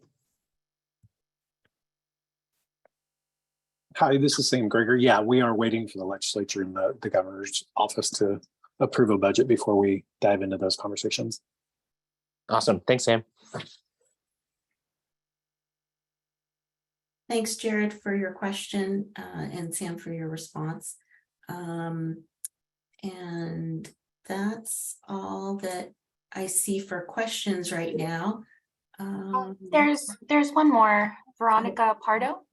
Oh, thanks. Maybe it's like lower on my, oh, there, I see it. Sorry about that. Veronica, I am unmuting you, and please go ahead and ask your question. Hi, good morning. I'm very interested in the heavy duty conversation and was curious if you know what time exactly this afternoon that will begin. Yes, let me tell you in just 1 second. So heavy duty, so the long-term heavy duty investment strategy conversation will begin at 1:30. That's from 1:30 to 2 p.m. And then the heavy duty vehicle and off-road equipment investments conversation will begin at 2 p.m. from 2 to 2:50. Thank you. No problem. Okay, thanks, Veronica, for your question. And I see Ashley Garrity. I have unmuted your mic, and go ahead and please state your name and affiliation if you have one, and ask us your question. Yes, hi, thank you for taking my question. My name is Ashley Garrity from the Green Landing Institute, and I was just wondering for CVRP, I was trying to find the funding ticker that tells you how much is remaining on for the funding for CVRP, and I couldn't find it on the website that it was previously at. So I'm wondering how much funding is still available for that program. Hi, Ashley. Thank you for your question. Yeah, we just took that down the other day because we realized there was a calculation error and it hasn't been up to date. It's usually a couple months behind, but we realized there was an error in there. So it was showing a much larger amount than was actually available. Last check, I believe we're somewhere around $175 million remaining for the program. Okay, thank you. And then of that remaining 175, how much is reserved or committed? That's the amount that isn't reserved or committed at the moment. And that will be used to fund the program for the next foreseeable future. Okay, thank you for your response. Thanks, Raquel, and thanks for your questions, Ashley. So again, I'd like to remind everyone, if you have a question or comment, please raise your hand in the Zoom feature. And if you're joining us by telephone, you should be able to hit #2 to raise your hand that way. So Chris, I see that your hand is up and I have unmuted you. So please go ahead. Great, thank you. And I guess at this point, and thank you for that additional question as far as STES and CDRP funds. What I think in terms of just a general comment I wanted to make for these programs is one, of course, for Coalition for Clean Air, as well as for Charge Ahead California, which is greenlining NRDC, Environment California, and Communities for a Better Environment. We really want to make sure that as we're proceeding forward in this, that we really prioritize low-income and disadvantaged communities, which CARB, to its credit, has well exceeded the AB 1550 minimums. We certainly would urge that to continue both for the light duty as well as the medium and heavy duty side. But I also want to make two quick plugs for the clean mobility programs as well as the e-bike programs. The clean mobility programs, unfortunately, even in good budget years, have chronically been underfunded. I know that's not a CARB decision, that is a legislative decision, but certainly would really encourage finding ways to support those programs. As we've seen, some of those programs are oversubscribed in less than a day, and really, for us, would like to see those prioritized, especially considering that some of the vehicle rebate programs might be disappearing or might be a little more limited. And then in terms of e-bikes, again, just looking at other things and car ownership models for mobility, and really trying to make sure that we're supporting active transportation, we're supporting biking, is something that certainly aligns with our priorities. And as you're developing this funding plan, using what opportunities you can to promote that mode of transportation would be great. So thank you very much. Thanks, Chris. And is there anybody that can answer Chris's questions? Yeah, this is Sam Greger. I don't know if they were actually questions, but yeah, we are struggling with showcasing the highlights and the benefits of our mobility programs, and getting that message across to the legislature is a big issue that we are trying to figure out, and having a lot of internal discussion with our grantees.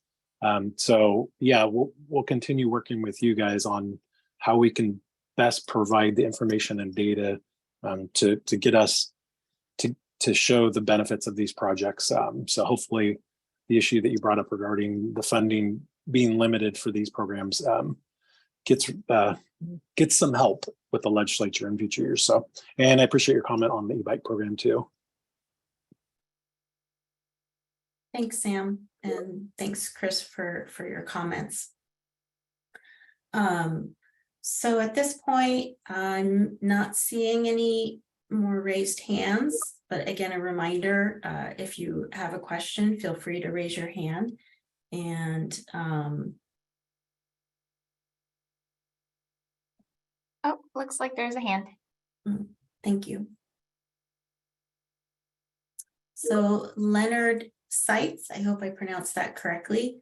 I've unmuted your microphone and please go ahead.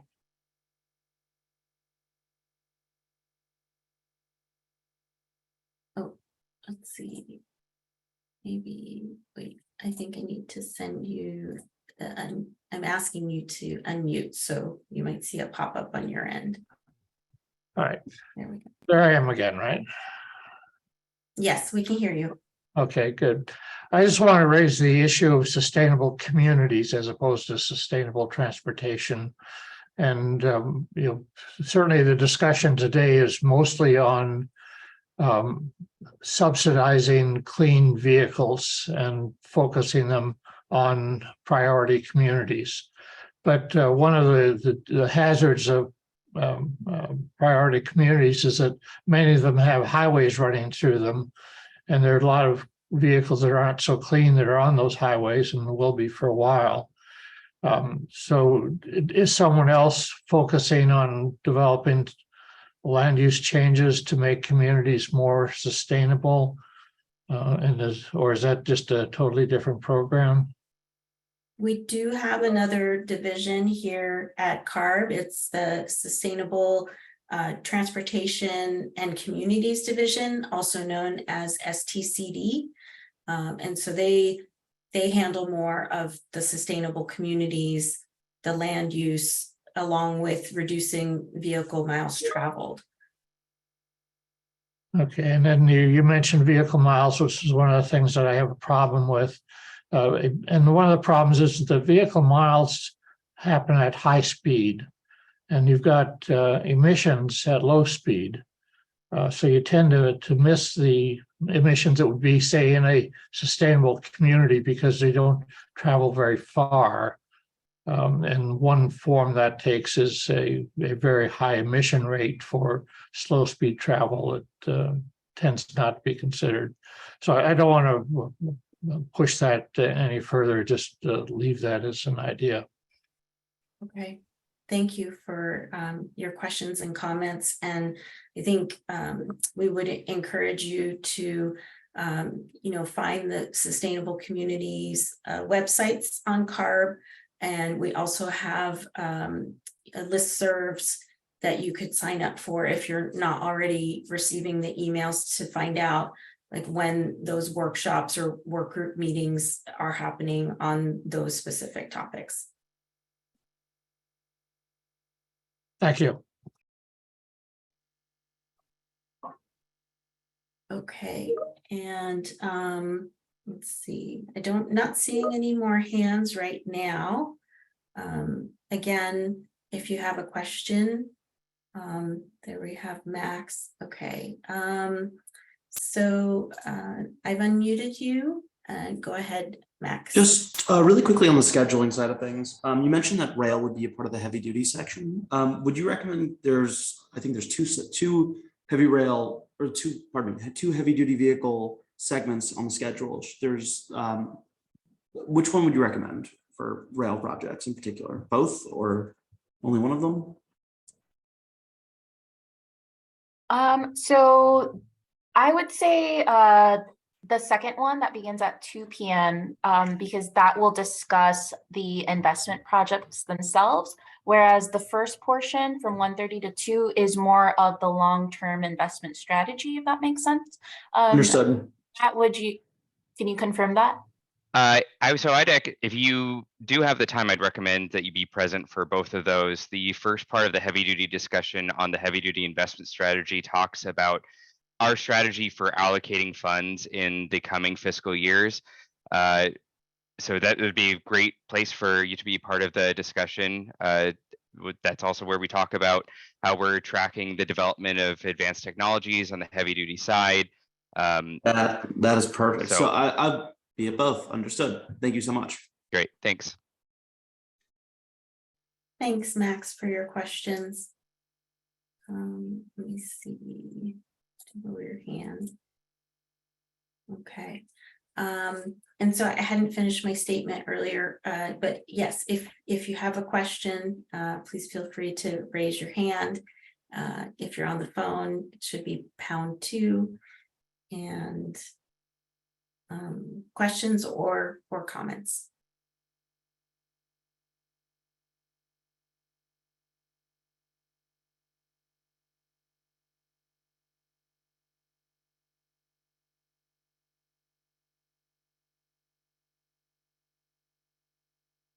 So Diane, I'm not seeing anything else. I don't know if we want to take a longer lunch or what your thoughts are on that.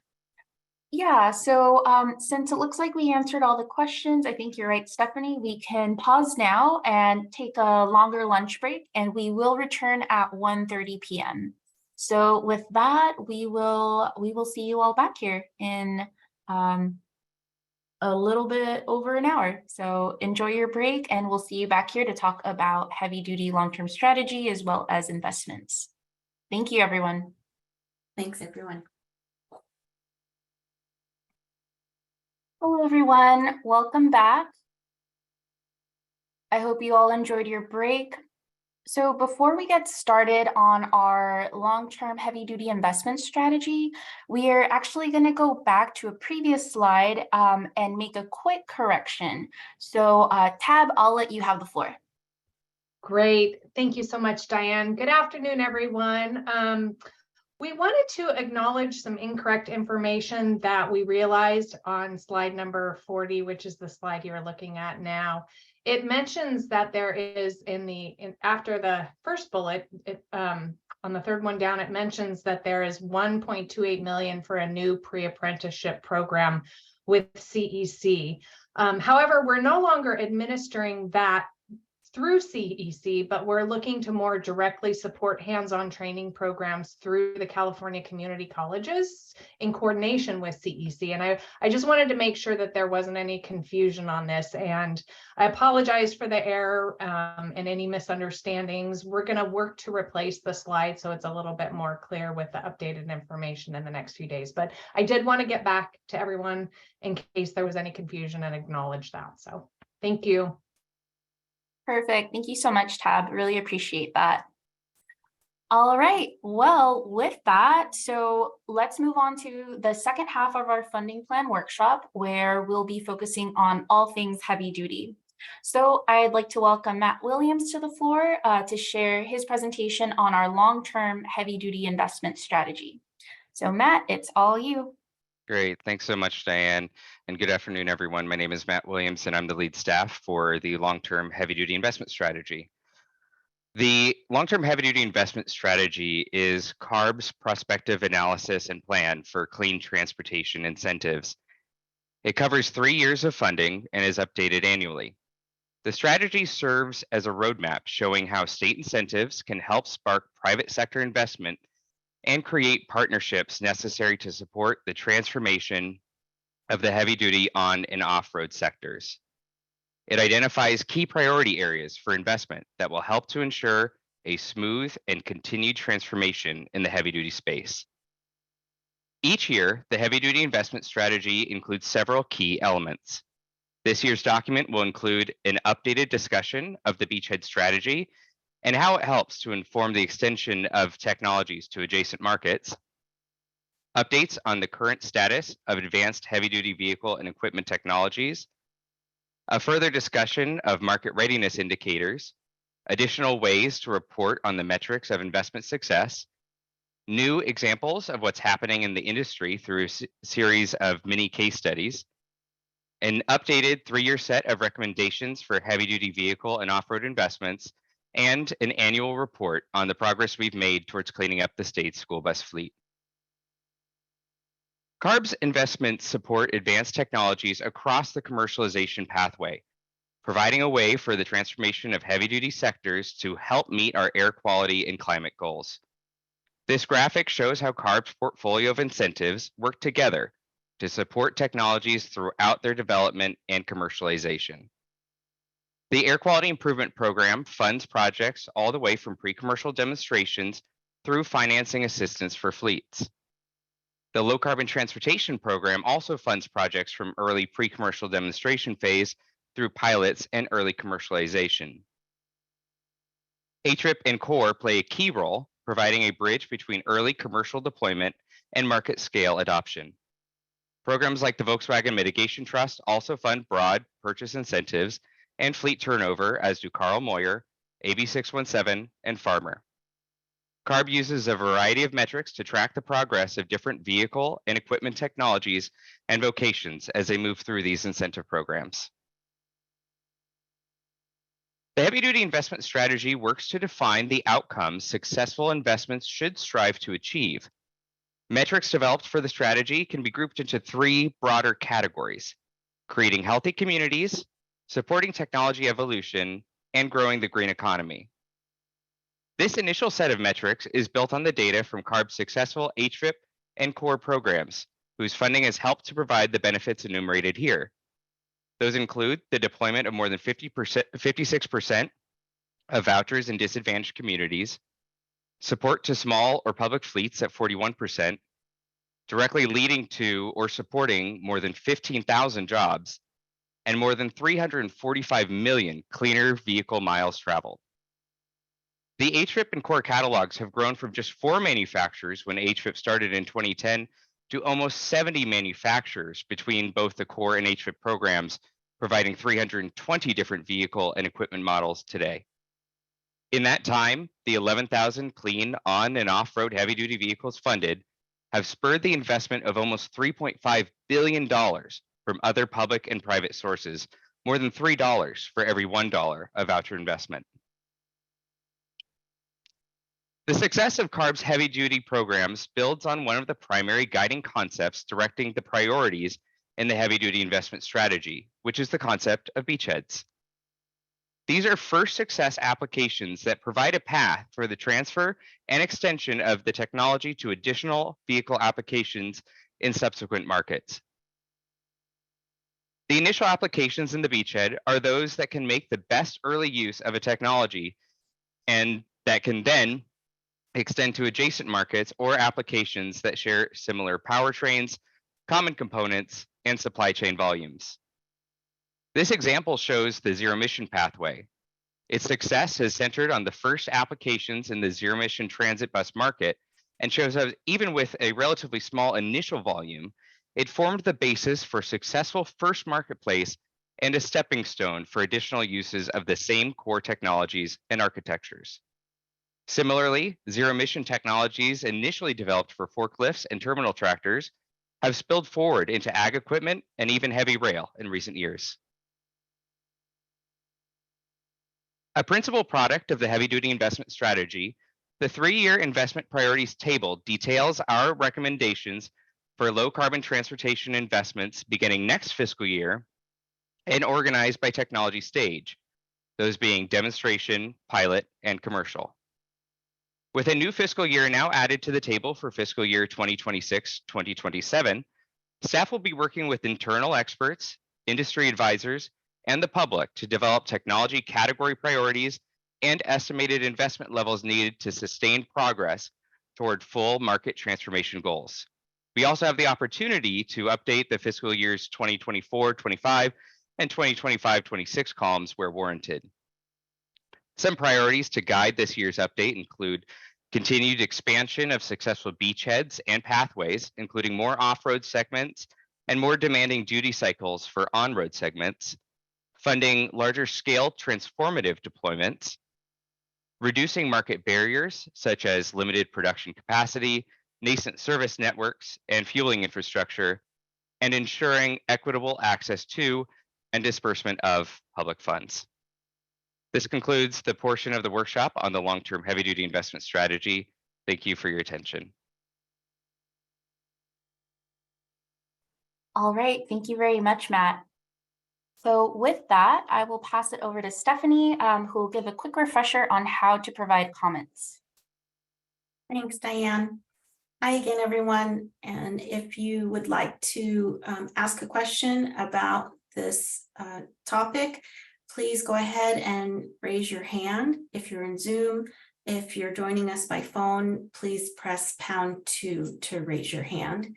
And as a reminder to please state your name as well as your affiliation if you have one.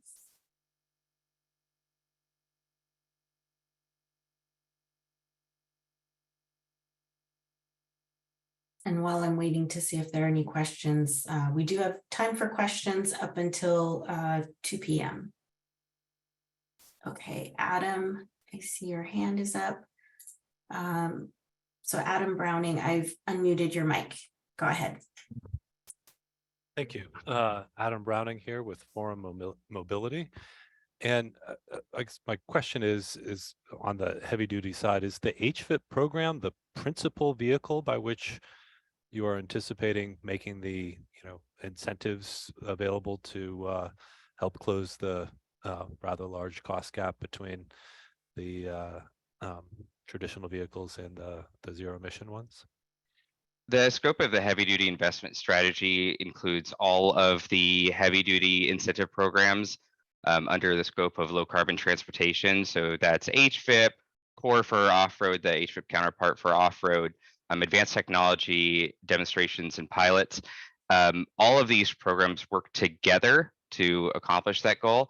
HVIP is the largest or the most funded of those programs.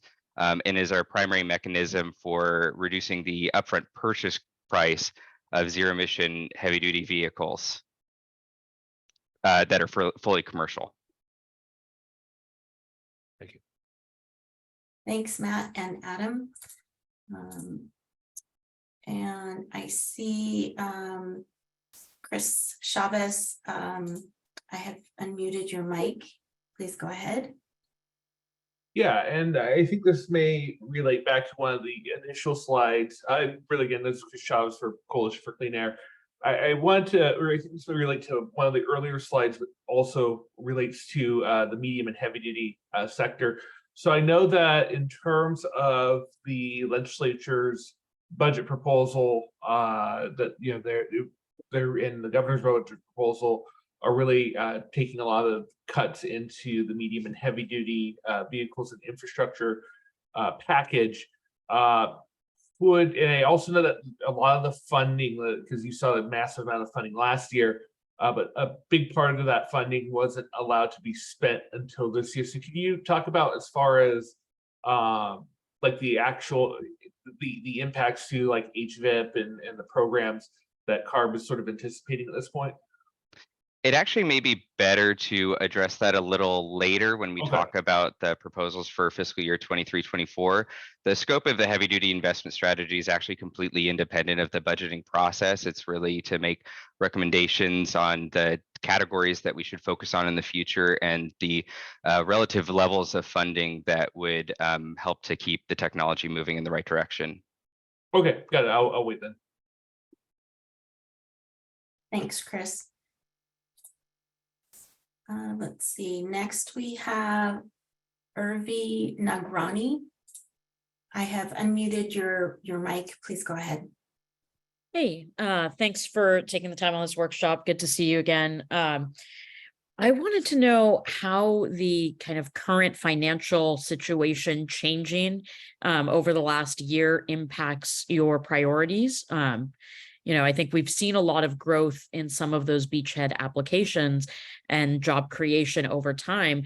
However, in the last year, a lot of these major manufacturers have had major layoffs and have had difficulty sustaining market traction because of general economic trends, interest rates, et cetera. And so I'm wondering how CARB is considering that when looking at the beachhead approach, if that means you're going to hold it back a little bit longer to make sure that those initial entrants are stabilized, or if you want to kind of keep pursuing other markets with time. So you're right that the commitments made by the administration over the last several years, the multi-year reserve package, has really helped to move the market in many ways, and that has influenced the analysis that we do for the heavy duty investment strategy. Of course, a reminder for everyone else that the heavy duty investment strategy's scope is starting the following fiscal year, so it is independent of existing or proposed budgets. But yeah, all of that investment has resulted in many technologies moving quickly, and we continue to track that. The analysis that we do to track the technology readiness and market indicators take all of these things into consideration every single year. So every year we're doing the reevaluation, we're considering what manufacturers are in the space, sales and how they're doing. All of that stuff gets reassessed every single year. We'll be announcing a work group for the heavy duty investment strategy in a few weeks. And that work group will talk a little bit more about all of this. Thanks, Matt. And thanks, Irvi. Also, I wanted to ask if you're affiliated with a group, organization, or company. Self-affiliated, so sole proprietorship. Thank you. Let me go to the next person. And oh, there it is.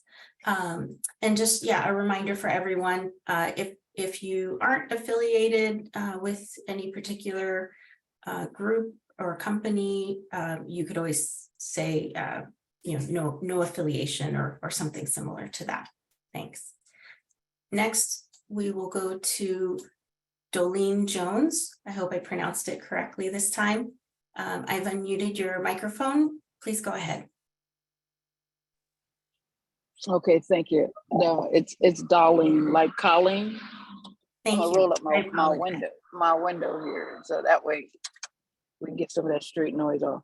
Okay, so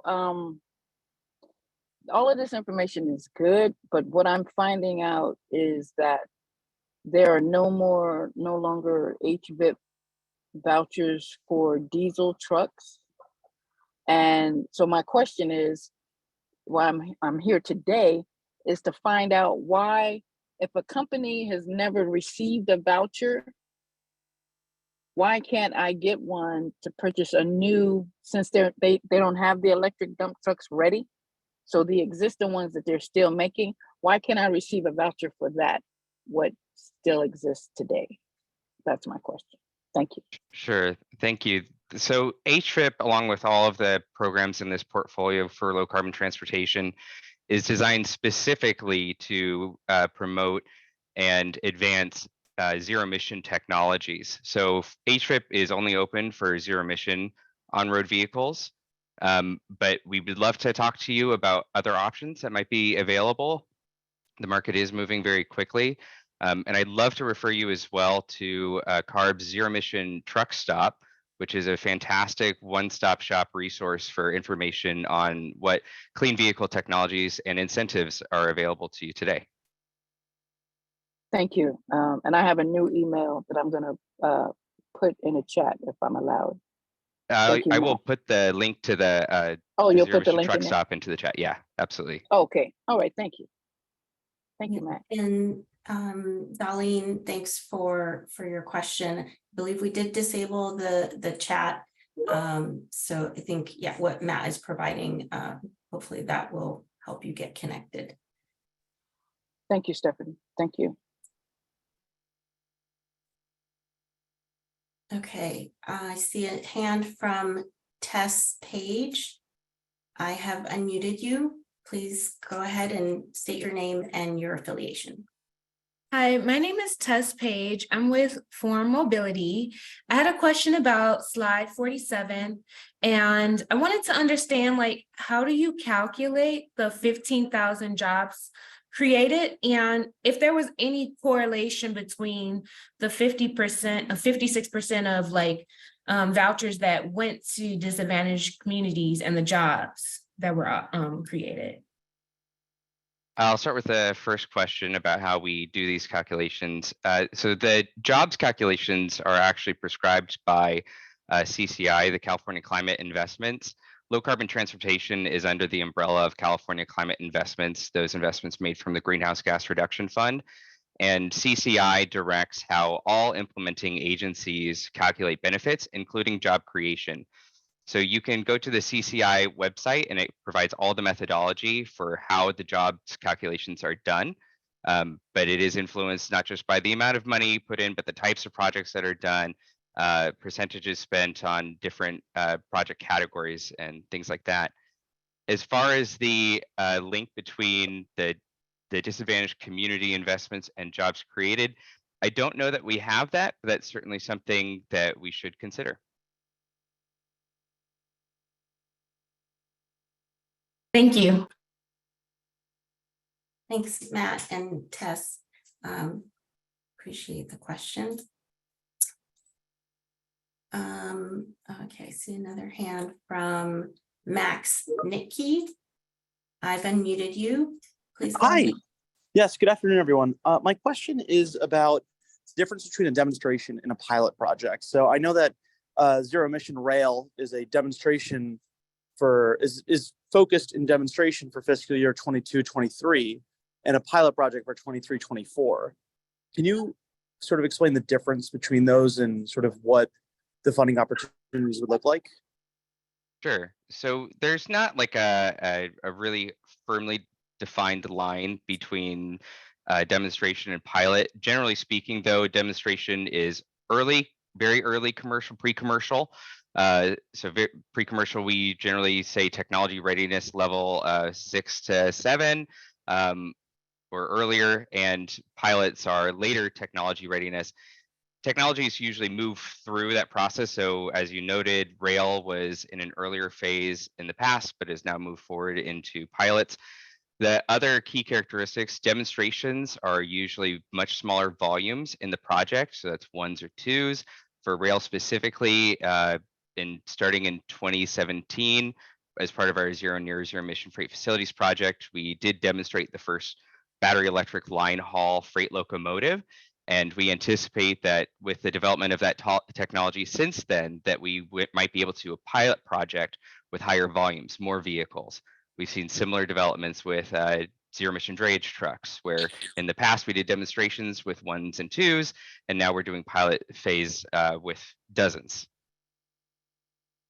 Gotcha. That makes total sense. I guess where I'm trying to go with it is obviously the whole heavy duty concept was mostly made for locomotives, and the specific discussion on passenger versus freight has been sort of meager from CARB specifically. So I'm curious if you think that the future solicitations will account for passenger. Yeah, that's certainly an option. I think we envision where statutory funding allows, passenger rail is certainly an option.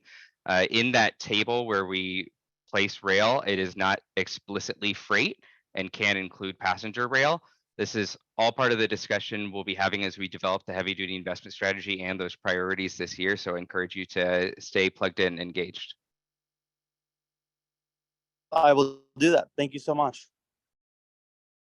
Thanks, Max, for your question.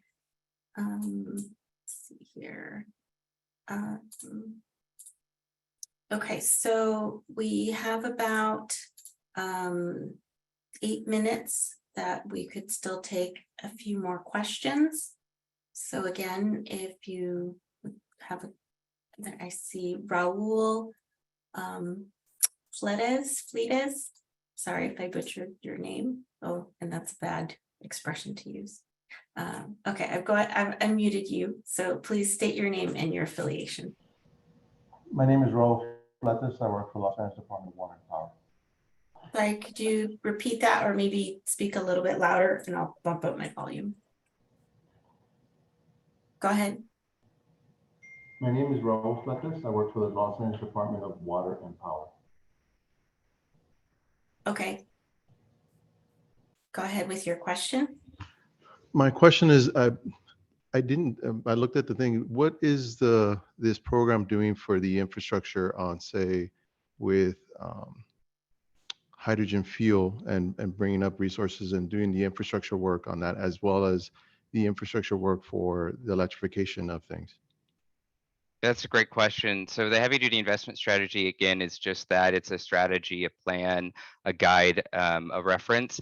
It does not actually make the funding decision. So its scope is broader than the annual funding plan, in that we, in crafting our strategy for future investments, do have to consider all of the various factors, the technology readiness, and then the market implementation factors, such as the availability and development of infrastructure, in how we prioritize our investments in the future. However, most of the investments in infrastructure in California are run by the California Energy Commission. So the state has created a multi-agency coalition to tackle the infrastructure challenges and ensure that infrastructure is available. We work very closely with the California Energy Commission, including on the heavy duty investment strategy, to ensure that the two are aligned. So in talking with manufacturers directly who are building, say, for the commercial heavy duty truck industry, in their long-term focus and plans is that they're moving into that hydrogen space along with the EV, but and the hesitation from a lot of them to really move forward with the development at a scale that is for what we need, really they're hinging on the infrastructure component of it. So everybody is very hesitant at moving forward with that portion. So for us and the utility industry, we really, and heavy commercial industry, we kind of are looking for some government to, kind of spur that along. Yeah, absolutely. We're definitely aware of infrastructures as a key point to address for the wider transformation of the heavy duty space. Thank you. Thank you. Thanks, Raul, for your question.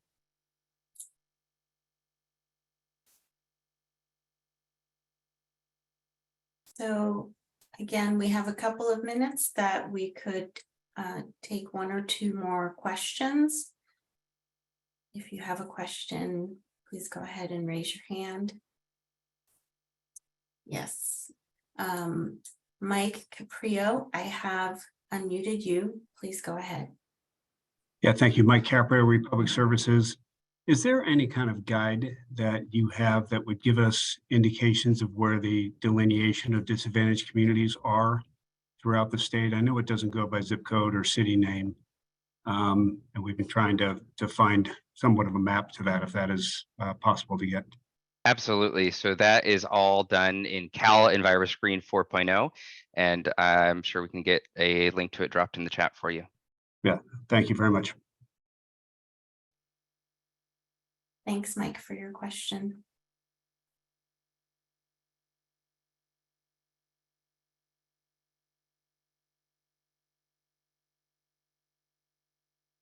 Okay, Leonard Seitz, I have unmuted your line. Again, please state your name and your affiliation, or if you have none. Yeah, Leonard Seitz, and I work for Caltrans, but I'm not representing Caltrans. And I just wanted to raise the issue of, say, operation of heavy vehicles. In this case, carrying a heavy load up a hill is extremely polluting and energy consuming. And if you're talking about rail, there's a relatively small number of facilities that would be climbing hills there. Is there any thought of putting in an electrical grid to power freight vehicles up and over hills? I assume you're talking about ideas like overhead catenary for vehicles to draw power from directly? Yeah, I'm not sure I care where the electricity comes from, but it would be along the tracks and accessible. So BART has it in the rails by the side, and old vehicles have it in the trees. But yeah, I know that there has been talk. That sort of project is certainly something that we could consider. That would be within the scope of our work. And I believe that there actually may have been, or there is one that's in development in Southern California on the 410. But that it's a great idea, and thank you very much for submitting that. And let me make just one more comment. Sure. I'm on this vehicle miles, and it's and the emission rates per mile varies with the conditions, and particularly climbing hills. So if you're just looking at VMT, you're going to lose the emissions benefits of focusing on where the emission rates are high, such as hill climbing. So I'll leave it at that. Great, thank you. Thanks, Leonard. And we're almost near the end of our time, so we'll take one last question from Colleen Jones. Colleen, I've unmuted you. Please go ahead. Oh, Darlene. Oh, sorry. I know the rhyme is in my head too. Darlene calling. I apologize, Darlene. I'm so sorry. It's okay. Yeah, it's okay. It's okay. We got many more Zoom meetings to go for everyone to get it together. So my last question is, I'm going over, as you're going over your presentation, I'm going over a previous, I was in Kenworth presentation, and I have some notes here that there's a such thing as a KWEV grant. Is that also in that truck stop information of how to obtain that grant? for the charging station? Darlene, truthfully, I haven't heard of that incentive Oh. program. Okay. Anyone Oh. else from CARB on the call? Does that ring a bell?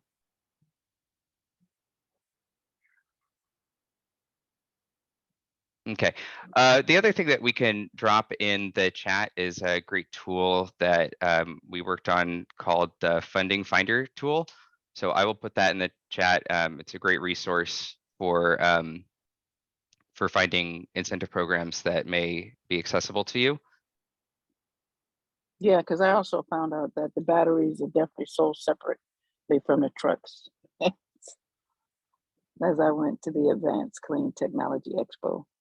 So we're going to need all kind of vouchers and all kinds of grants to get this going here for us at Abundance Worldwide Enterprises. That's what I'm affiliated with. Thank you very much. Thank you, everybody. Darlene. You're welcome. Thanks, Darlene. So now it is 2:00 and I will hand it back over to, I believe, Diane to continue us on. All right, perfect. Well, thank you everyone again for your participation in this discussion. So we do have one more topic to share with you. So for that, I'd like to invite April to the floor to present to you on heavy duty vehicle and off-road equipment incentives. So the floor is yours, April. Thanks, Diane. Hi, all. My name is April. Thank you for joining today's afternoon session of the workshop. I'm assisting with the development of the funding plan for this year. I will be going over information for the Advanced Technology Demonstration and Pilot Program, the Innovative Small E-Fleet Project, financial and non-financial resources to assist with the adoption of zero-emission vehicles, our Clean Off-Road Equipment Program, and lastly, the truck loan programs. When discussing the Advanced Technology Demonstration and Pilot Program, we use terms like demonstration project and pilot project. Demonstration projects are generally pre-commercial and vehicle and equipment ownership is normally retained by the company that is building the equipment, not the end user. Pilot projects are generally deployments of larger number of commercially available vehicles and equipment with ownership retained by the end user. CARB has been funding advanced technology demonstration and pilot projects since 2009 and has funded over 40 projects with an average award amount of $12 million. Most projects have focused on heavy-duty applications and freight, but we have funded projects such as zero-emission lawn and garden demonstrations, zero-emission school buses, trains, trucks, very clean ocean-going vessels, and the world's first fuel cell ferry. We have also funded transformational facility-wide projects like the Modesto Frito-Lay project that has allowed the facility to completely transition away from the use of diesel. A quick update on the status of the Advanced Technology Demonstration and Pilot Project Third-Party Administrator. That solicitation closed in December, and we are in the grant agreement phase. We hope to bring them on board soon. CARB staff held the final implementation work group meeting in support of the fiscal year 22-23 funding allocation, combining that funding with the fiscal year 21-22 funding and an additional $50 million from CEC for a total of $225 million opportunity. This solicitation will be released in late June and close at the end of September of this year. Many project categories are eligible for funding in the soon-to-be released solicitation. Some are very innovative, such as the municipal green zones, where a holistic set of zero-emission projects could be focused on almost any operations within a city, municipality, or group of cities that currently use combustion technologies in carrying out the duties of the municipality. Projects will showcase zero-emission technologies while overcoming challenges to adoption through activities such as streamlining infrastructure permitting and determining what systems need to be in place for a municipality to foster widespread zero-emission technology adoption. Projects must directly reduce emissions, but may also include funding to support a robust local public process, updates to local ordinances, and other requirements. That should also encourage other cities to adopt green zone policies within their jurisdictions. Projects could include roadway and vehicle telematics, targeted incentives for public and private vehicles, large-scale zero-emission commercial lawn and garden equipment for schools or parks and recreation districts, zero-emission construction equipment, zero-emission waste collection, and other functions that are performed or conducted by a municipality that can be converted to zero-emission. Another first for CARB is zero-emission aviation, where CARB will support the demonstration and pilot of zero-emission aircraft and ground support equipment, which can include short-haul passenger routes, as well as things like agricultural spraying craft and unmanned aircraft that are currently combustion. As you can see, many other categories are available for funding. There are additional details in the fiscal year 21-22 and fiscal year 22-23 funding plans, as well as the soon-to-be released solicitation.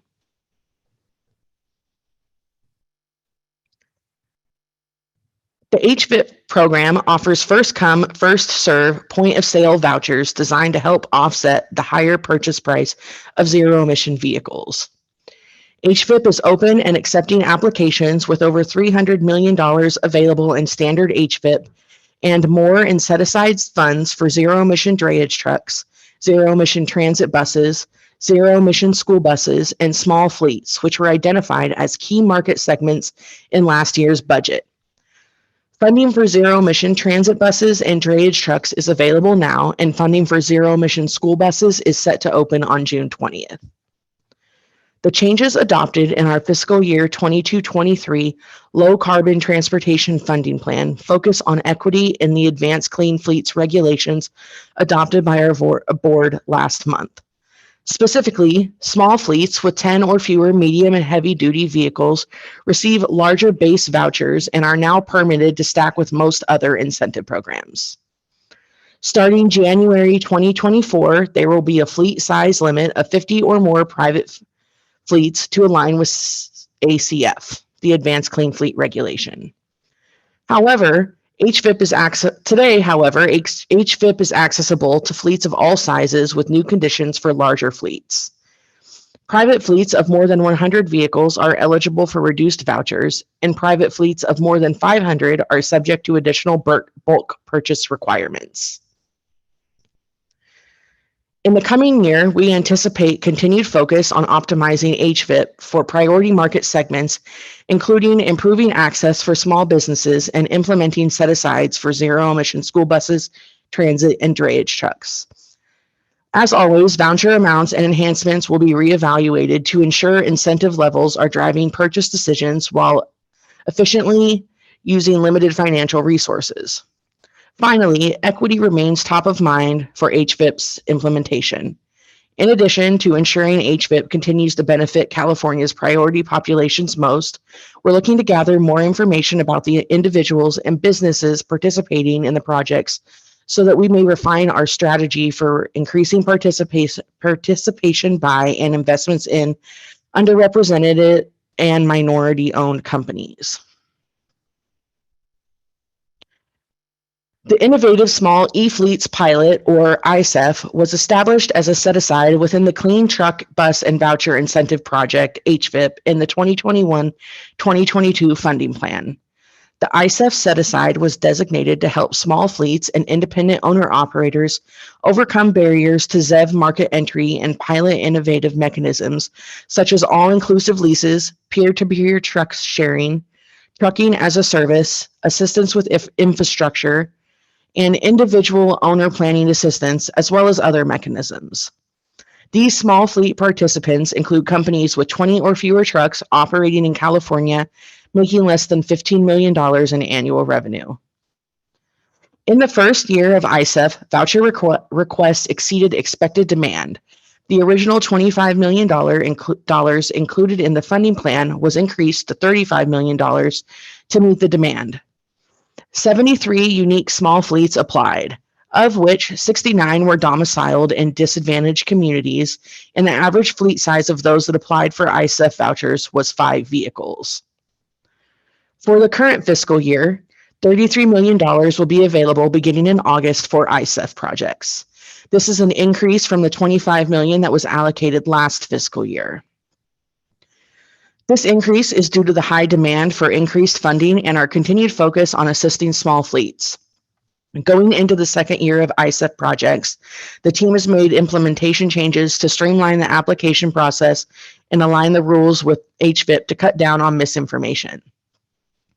As we move forward, we will ensure funding is allocated to projects that explore innovative mechanisms and that small fleets are getting the assistance they need to receive vouchers and get into the zero emission vehicles they desire. Senate Bill 372 or SB 372 directed CARB to develop an assistance and purchasing support program to assist in the adoption of medium and heavy duty zero emission vehicles. This program was to include financial support such as incentive, loan program, and risk reduction strategies, in addition to nonprofit financial support such as web resources, technical assistance, and training. Staff worked on numerous resources to offer non-financial support to stakeholders seeking to adopt advanced technologies. Some of the highlights include creating a free educational series called Next Stop to Zero Events. This is the successor to the One Stop Truck events. We also launched the CAL Fleet Advisor, a free technical assistance program where fleets and owner-operators are assigned a case manager to help them navigate through the fleet electrification process. And we also rolled out numerous web resources and have been coordinating across agencies to ensure relevant information is easy to find for all fleets. Staff also worked on several experts to expand and improve our financial support programs. Some of those highlights include increasing incentive amounts for fleets who wish to purchase zero emission trucks that will be domiciled in underserved communities, and offering increased funding for smaller fleets and allowing for innovative mechanisms such as trucking as a service that are often more accessible than an outright purchase. In the coming months, staff is focusing efforts to successfully implement our educational and technical assistance programs.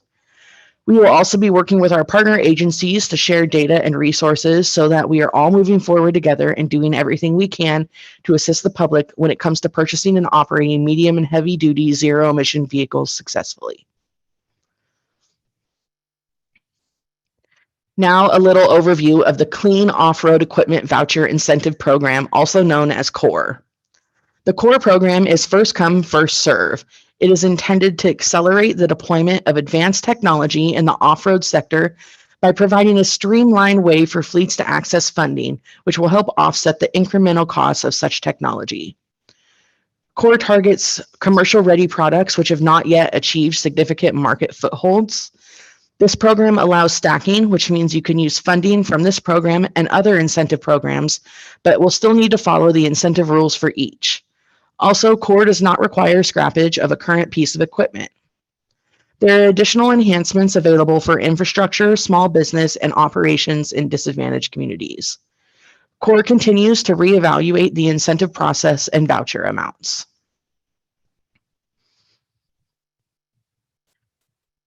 CARB's Truck Loan Assistance Program was launched in 2009.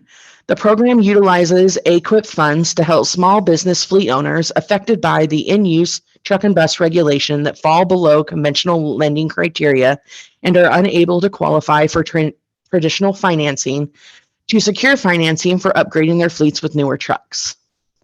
Fleets are enrolling in loans until the remaining program funds are exhausted to turn over vehicles to meet the final requirement of the truck and bus regulation, model year schedule deadline, and the Department of Motor Vehicles registration requirements. As of May 17, 2023, about $251 million in funding has been expended to provide over $3 billion in financing to small business truckers for approximately 41,000 loans. The Zero Emission Truck Loan Pilot Project is designed to support financing of heavy-duty zero-emission vehicles and charging or fueling infrastructure for small fleets. CARB is partnering with CEC to build on a successful relationship in implementing the Truck Loan Assistance Program with CPCFA through their California Capital Access Program with lenders to learn from borrowers of small business fleets what is needed to make a successful transition to zero-emission technology. CARB approved an allocation of $5 million in greenhouse gas reduction funds from fiscal year 22-23 funding plan, and CEC matched the $5 million for charging or fueling infrastructure support. CARB understands that no one program will be the answer for all fleets. This pilot is one of several strategies CARB is exploring to provide support to fleets as they transition to zero emission. CARB is working with prospective participating lenders, CPCFA, and CEC to develop this program. This concludes this section of the agenda. Back to you, Diane. All right, awesome, April. Thank you so very much. Now, so that is actually our last discussion. So we're gonna open it up now for questions and comments on that portion. So to you, Stephanie, now, and if you could please refresh us on how to comment, that would also be great. Thanks, Diane. So again, if you would like to make a comment on this topic, please go ahead and raise your hand through the Zoom feature, or if you're joining us by phone, press #2 to raise your hand. We will be able to take questions until 2:50, so a little bit over 30 minutes. And then we'll talk about next steps, and we're wrapping up the workshop for today. So I see one hand already. Christian Corby, I've unmuted your microphone. Please state your name and an affiliation if you have one. Yes, good afternoon. My name is Christian Corby, and I'm the Deputy Executive Director at the California Electric Transportation Coalition, or CALITC. And I wanted to thank CARB for today's meeting and providing all this great information. As always, doing a stellar job. I also just wanted to ask, I know that as part of last year's changes to HVIP, staff was going to be revisiting the funding amounts, I believe July 1, or it might have been the end of July, to see if the standard rebate, or depending on the amount of available funding or remaining funding, to see whether or not that that would be opened up to fleets over 100 vehicles, I believe. So I just wanted to kind of get a status update on where the funding levels are, and the process going forward for evaluating that and then conveying that to the public and fleets. Hi, Christian. Thanks for that question. Regarding, so the short answer is there have been no funding changes made at this point. All of the set-asides are still intact, and we have not moved any funds between set-asides. On the HVIP website, you can actually see a full list of all the funding that's available in each of the set-asides and in HVIP standard. So I can drop a link in the chat for you to check that. And then any other changes that we might make will be made through this funding plan process with input from stakeholders. So we'll discuss that and any other potential changes when we have our heavy duty work group, which has not yet been scheduled. Okay, great. Yeah, that's awesome. Thank you. Yeah, because I see on the website, at least it's reporting right now, that there's 250 million available for the fiscal year 2022-2023 funding, and that it would be July 1 would be when 30% of the remaining funding would be released to private fleets of 100 vehicles or more. So yeah, that I'll look forward to seeing when the next meetings are scheduled for the medium and heavy duty. Thank you. Thank you. Thanks, Christian.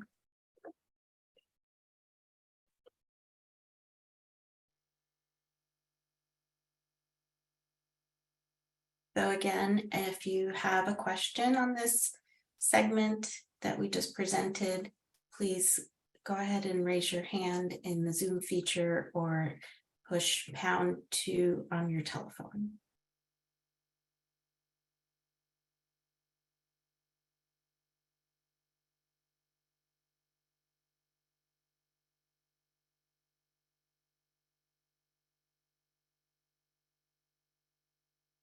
Danny Lung, I hope I pronounced it correctly. Let me know if I didn't. I have unmuted you. Please go ahead.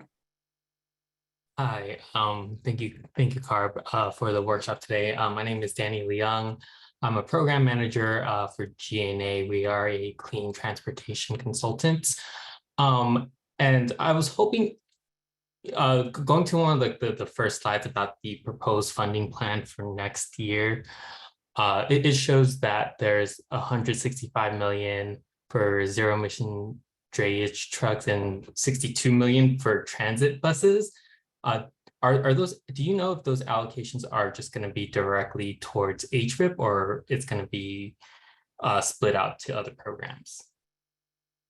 Hi, Danny. So those numbers that you're citing for this year's fiscal year 23-24 proposed budget, and again, the caveat is that this is still the proposed budget, still has to work its way through the legislative process. But those two line items would be going directly to HVIP. Okay, great, thank you. And then just confirming, it doesn't, so based off of that, it doesn't seem like there's going to be any additional funding for next year for the advanced demo pilot or core, right? Yeah, at this time, all we have is this proposed budget, and so it just includes the line items for zero emission drayage trucks and transit buses. Okay, great, thank you so much. Thanks, Danny.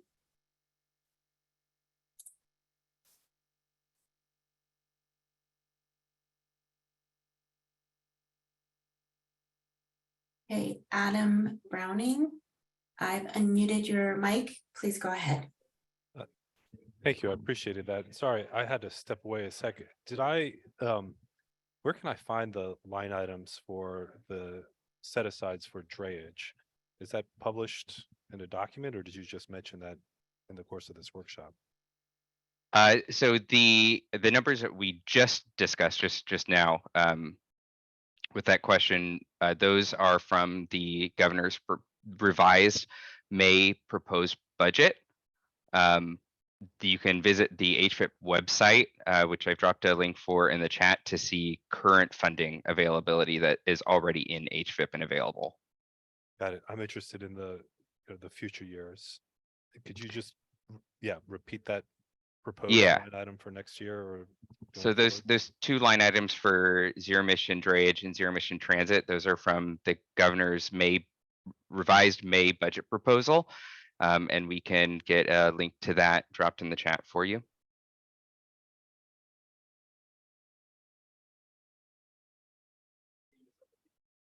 Does that answer your question, Adam? Or just repeat the number that was. Oh, just the number. Okay, yeah, got it. So that was 165 million for zero emission drayage trucks for fiscal year 23-24, and 62 million for zero emission transit bus. Got it. And then do you have a 24-25? Yet, or not yet? No. So the budget is done annually. So the budget proposal that we're citing here is just for fiscal year 23-24. Earlier, we discussed the heavy duty investment strategy, which is forward looking beyond this fiscal year, but that is not actually related to the budget and just prospective on strategic investments that we would like to make. Yeah, no, I appreciate that. And that's just your top level high line. It's not broken down by specific spending, but I appreciate that fact that it continues to go up. And if you'll allow me a moment of advocacy here, just, I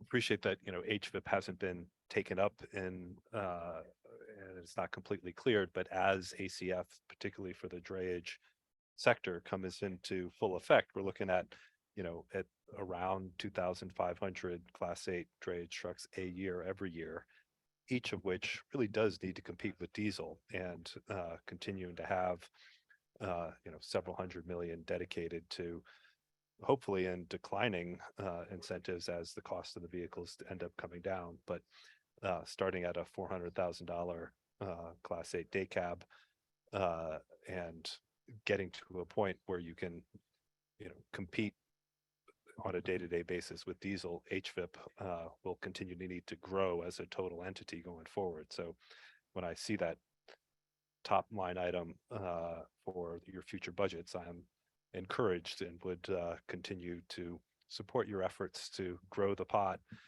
as we, have a declining unit incentives going forward. And that will be critical for this market transition. So thank you for that. Thanks, Adam. And I did just want to clarify for everyone, excuse me, that 165 is again for fiscal year 23-24. However, there are still, I believe, 2 more years of that multi-year ZEV package that was agreed upon between the governor and the legislature. So there still should be 2 more years of additional funding after this one. Thanks, Adam. And you're probably aware, but the governor's budget for each fiscal year comes out usually around January 10th. So for 24-25 fiscal year, you could start looking for that around early January.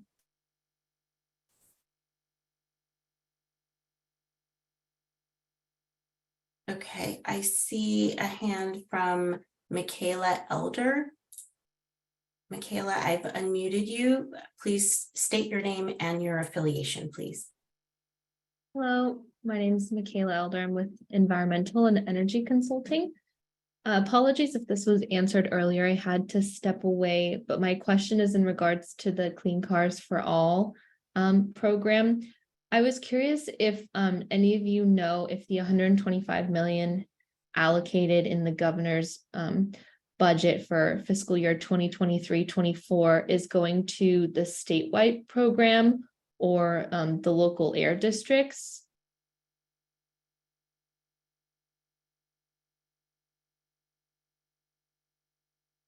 Thanks, Michaela, for your question.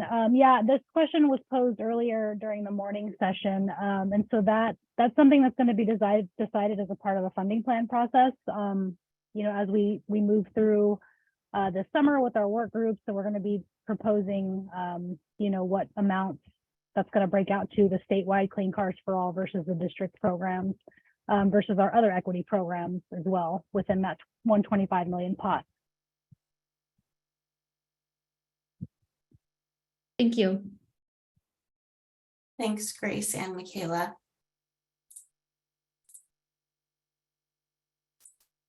Okay, next question is from Jorge Gutierrez Torres. I have unmuted your microphone. Please go ahead. Hi, this is Jorge Gutierrez. I'm from Atlas Copco. We are a manufacturer of sustainable equipment, mainly for construction.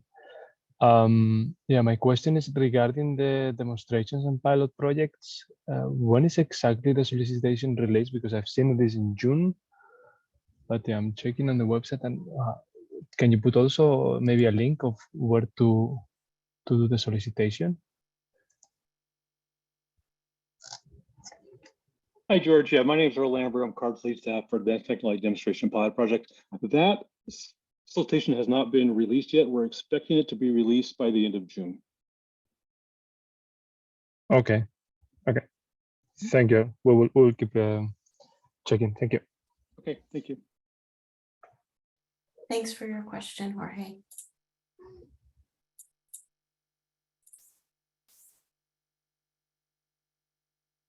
Okay, so it's 2:28, so we do still have time for more questions if anyone has any, particularly on this topic, but we could answer other questions as well.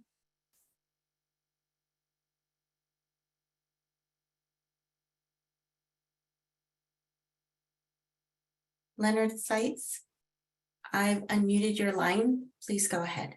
Thank you. And this is kind of a general question for all of this, what looks like some very good funding for very good purposes, but I worry about EDD when they were handing out money for, for unemployment kind of things and found a lot of scams going on. Can you talk about your policy or procedures for avoiding scurrilous requesters?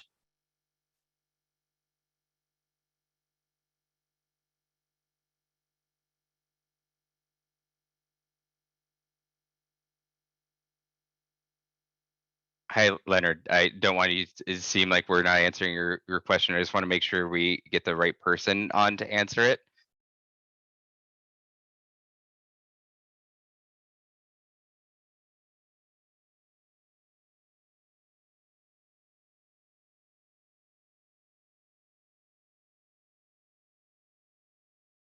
All right, I'm just going to jump in here. I'm Jason Crow. I'm manager of the funding plan, and each of our funding programs does go through a periodic audit. We do have a regular audit procedure, and we have a number of safeguards throughout the process. Typically, anyone who's applying has a pretty substantial application to go through, and that gets reviewed through multiple levels within our agency.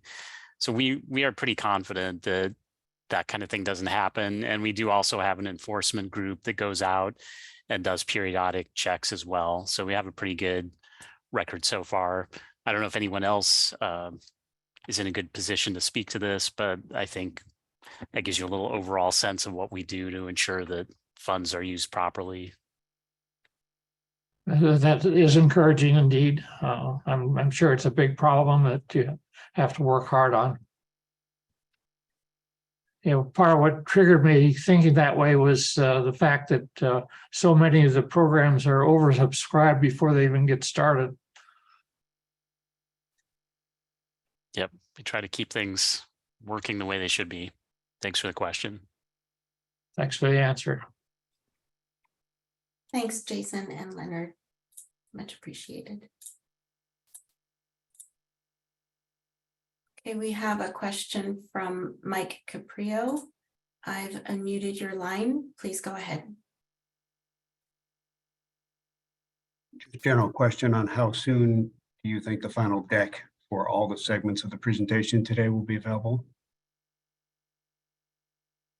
Those are available now, and they were actually dropped into the chat. So if you take a look at the very last chat that I threw in there, that's the link to the presentation and the slide deck.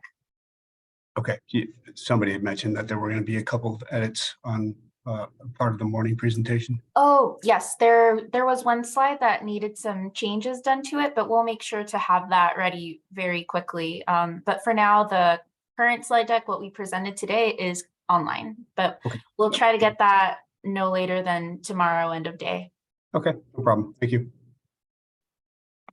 And I'll just add that the meeting is being recorded, and usually within about 2 weeks, we're able to post the recording online if anyone needs to go back and look at it. Thanks for your question, Mike.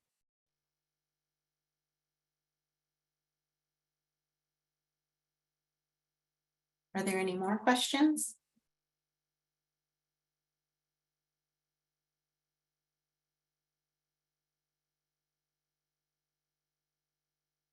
All right, we can give it another minute, but if there are no more questions, then we can move on to next steps.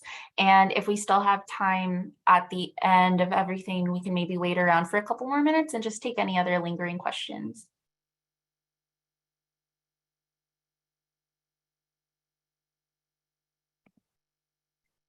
All right, I think we can go ahead and move on. All right, one more slide, please. All right, perfect. So thank you again to everyone for all your questions, all your great participation and wonderful discussion from both participants and from staff today. So you had a chance to hear from our incentives teams across all of the funding plan programs and projects, and we're really grateful again to hear feedback from several of our interested parties here today. So lastly, I really want to emphasize our open door policy, especially to the community members who are most affected by our policies. We really strongly encourage folks to meet with staff one-on-one where we can really deep dive into solutions. So our team's contact email will be shown on the next slide, and that's where you can contact us for any of those one-on-ones. So as we mentioned at the beginning of the workshop, we'll be meeting over the next several months during monthly evening community meetings and daytime work groups.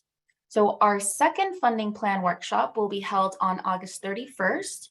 And you can all expect a draft plan to be released in late August, at least 10 days ahead of the second funding plan workshop. The funding plan will be finalized in September, posted in October for a 30-day public review, and finally, we plan to go to board in November. All right, so thank you all again for your attention, participation, and excellent discussion today with staff. You can reach us at our team's email, which is posted here. It's cleantransportationincentives@arb.ca.gov, which Bianca will drop in the chat as well. And to keep your inboxes up to date on the funding plan process, please subscribe via our listserv, which will be also dropped in the chat.